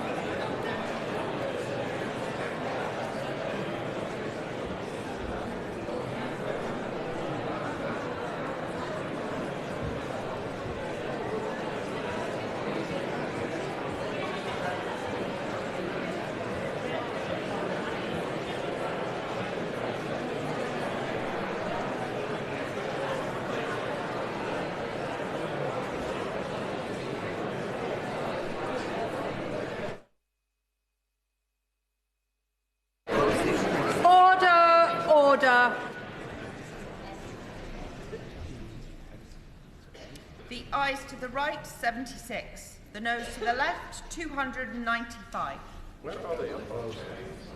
They can't be campaigns. The ayes to the right were 76. The noes to the left, 295. So the noes have it. The noes have it. Unlock.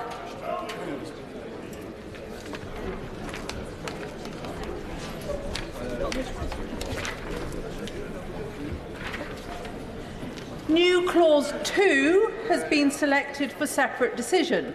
I call the Liberal Democrat spokesperson to move New Clause 2 formally. Moved formally. The question is that New Clause 2 be added to the bill. As many as are of that opinion say aye. Aye. Of the contrary, no. No. Division. Clear the lobby.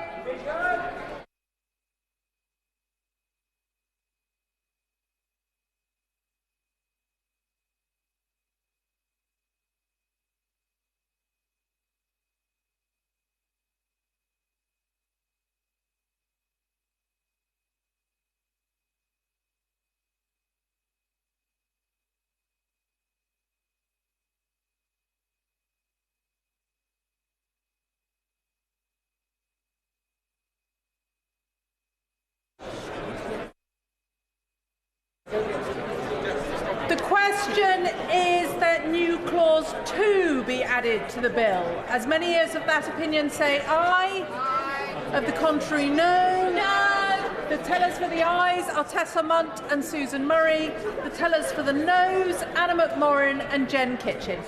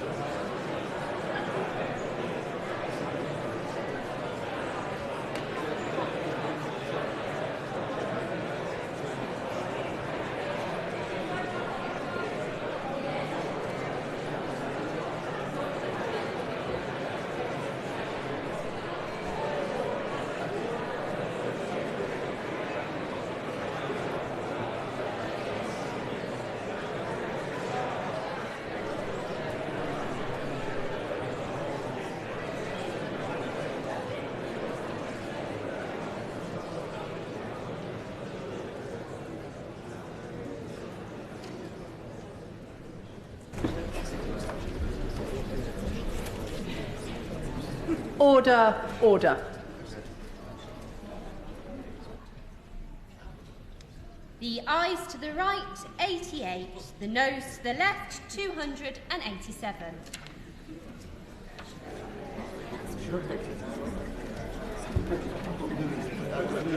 The ayes to the right were 88. The noes to the left, 287. So the noes have it. The noes have it. Unlock.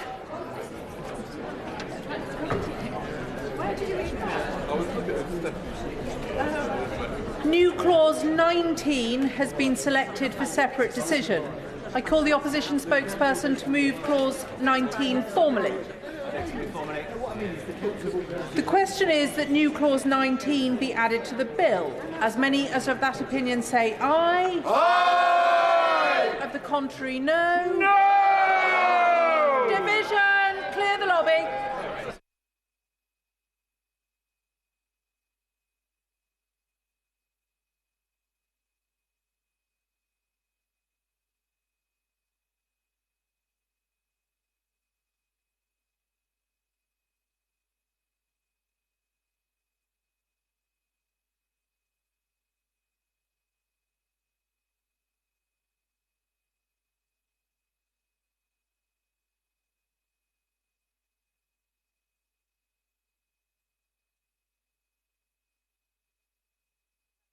Is that new clause 19 be added to the bill. As many as of that opinion say aye. Aye. Of the contrary, no. No. The tellers for the ayes are Jerome Mayhew and Ben Obsejecti. The tellers for the noes, Jen Kitchen and Anna McMorrin.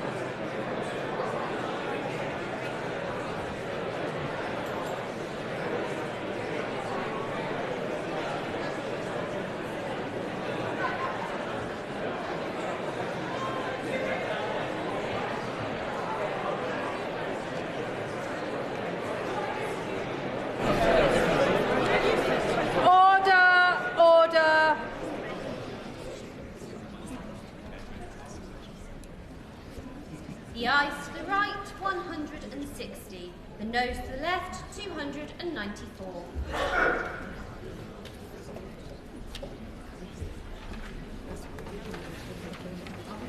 The ayes to the right were 160, the noes to the left 294, so the noes have it, the noes have it. Unlock.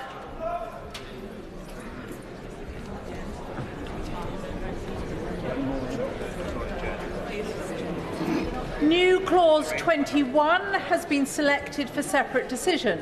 I call the opposition spokesperson to move new clause 21 formally. The question is that new clause 21 be added to the bill. As many as of that opinion say aye. Aye. Of the contrary, no. No. Division. Clear the lobby.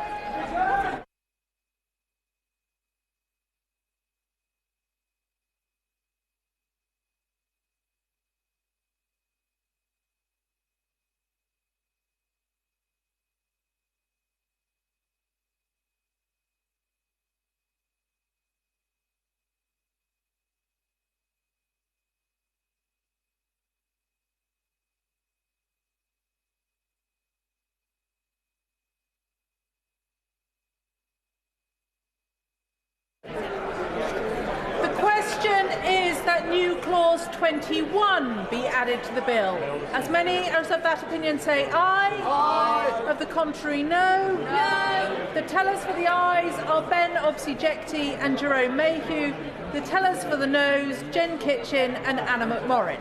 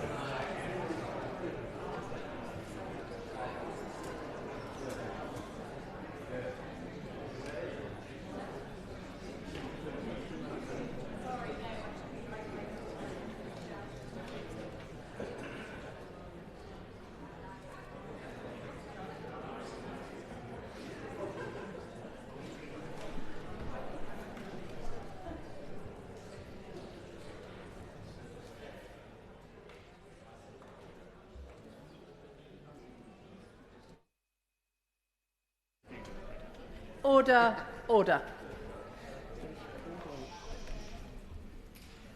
The ayes to the right, 97. The noes to the left, 363.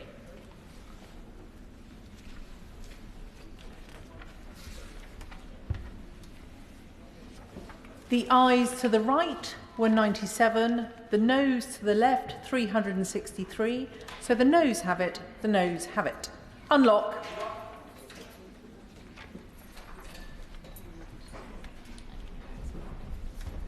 I call the Minister to move Government Amendments 11 to 32, 1 to 8 and 33 to 36 formally. Formally. The question is that Government Amendments 11 to 32, 1 to 8 and 33 to 36 be made. As many as are of that opinion say aye. Aye. Of the contrary, no. I think the ayes have it. The ayes have it. Consideration completed. Third reading. Now. Minister to move third reading. Secretary of State Peter Kyle. Thank you, Madam Deputy Speaker. I beg to move. The House has worked incredibly hard to get the bill to where it is today. It is a relief that after so many attempts to get this bill through for over such a long period of time and multiple governments now, that we finally get this piece of legislation across the line. I'd like to put on the record my thanks to the people who got us to where we are, members from across the House who contributed in sincere and passionate ways today during the debates for report stage and now third reading. I would like to put onto the record my very sincere thanks to the Right Honourable Member for Rhondda, the Minister responsible who's been seeing this bill through assiduously, persistently and with passion at all times to make sure that this bill is out there through Parliament and benefiting the people of Britain. My thanks to him. And also to officials in my department, the Department of Science, Innovation and Technology. There are certain officials who have been working on this bill since 2022, who have put their life and soul into this bill, often 7 times a week, and their dedication to getting this piece of legislation through should be recognised from members right across the House, and it certainly is from me. Thank you very much. I hope the House has noticed that we have tabled amendments ourselves to improve the bill right up to the very last moment by making it an offence to request the creation of deepfake intimate images without consent and empowering the courts to deprive offenders of images and devices containing them. We will ensure that consistency in our approach to protecting women and girls from this vile, demeaning form of abuse. And to conclude, Madam Deputy Speaker, in the short time that I have, this bill will make life better for working people right across our country. A stronger economy. I'm afraid in the time I have, I can't give way because I do want to do the courtesy of allowing the opposition to have their say in the remaining couple of minutes that we have. A stronger economy, better public services, and more time to do the things that they like with the people that they love. I look forward to working with people and honourable members from across the House to resolve any outstanding issues that may come after this bill passes as quickly as possible. This is the third substantive iteration of the bill before us today. It follows 2 failed attempts by the previous government, the first starting back in July 2022. It is time we got this done. For far too long, our citizens and businesses have paid the price for the failure to deliver data reform, and we can't expect them to put up with it any longer. Today we have an opportunity to finally get that right. Madam Deputy Speaker, the bill we have before us today will remove the brakes that are holding back our country. Thank you. The question is that the bill be now read the third time. Shadow Secretary of State Alan Mack.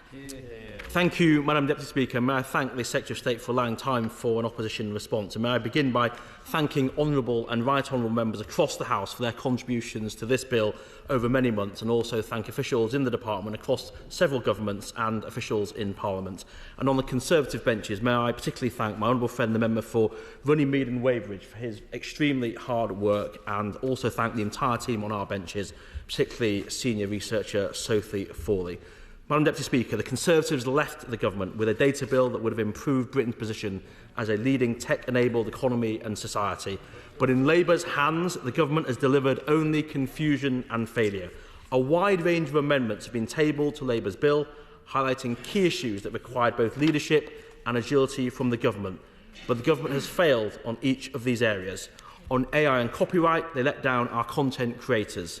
On sex and gender, they let down women and girls. And on social media safety, they let down our children.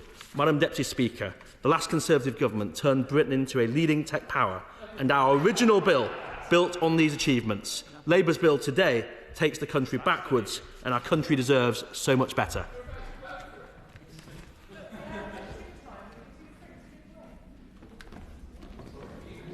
If nobody else is rising to speak, the question is that the bill be now read. Order! The question is that the bill be now read the third time. As many as are of that opinion say aye. Aye. Of the contrary, no. I think the ayes have it. The ayes have it.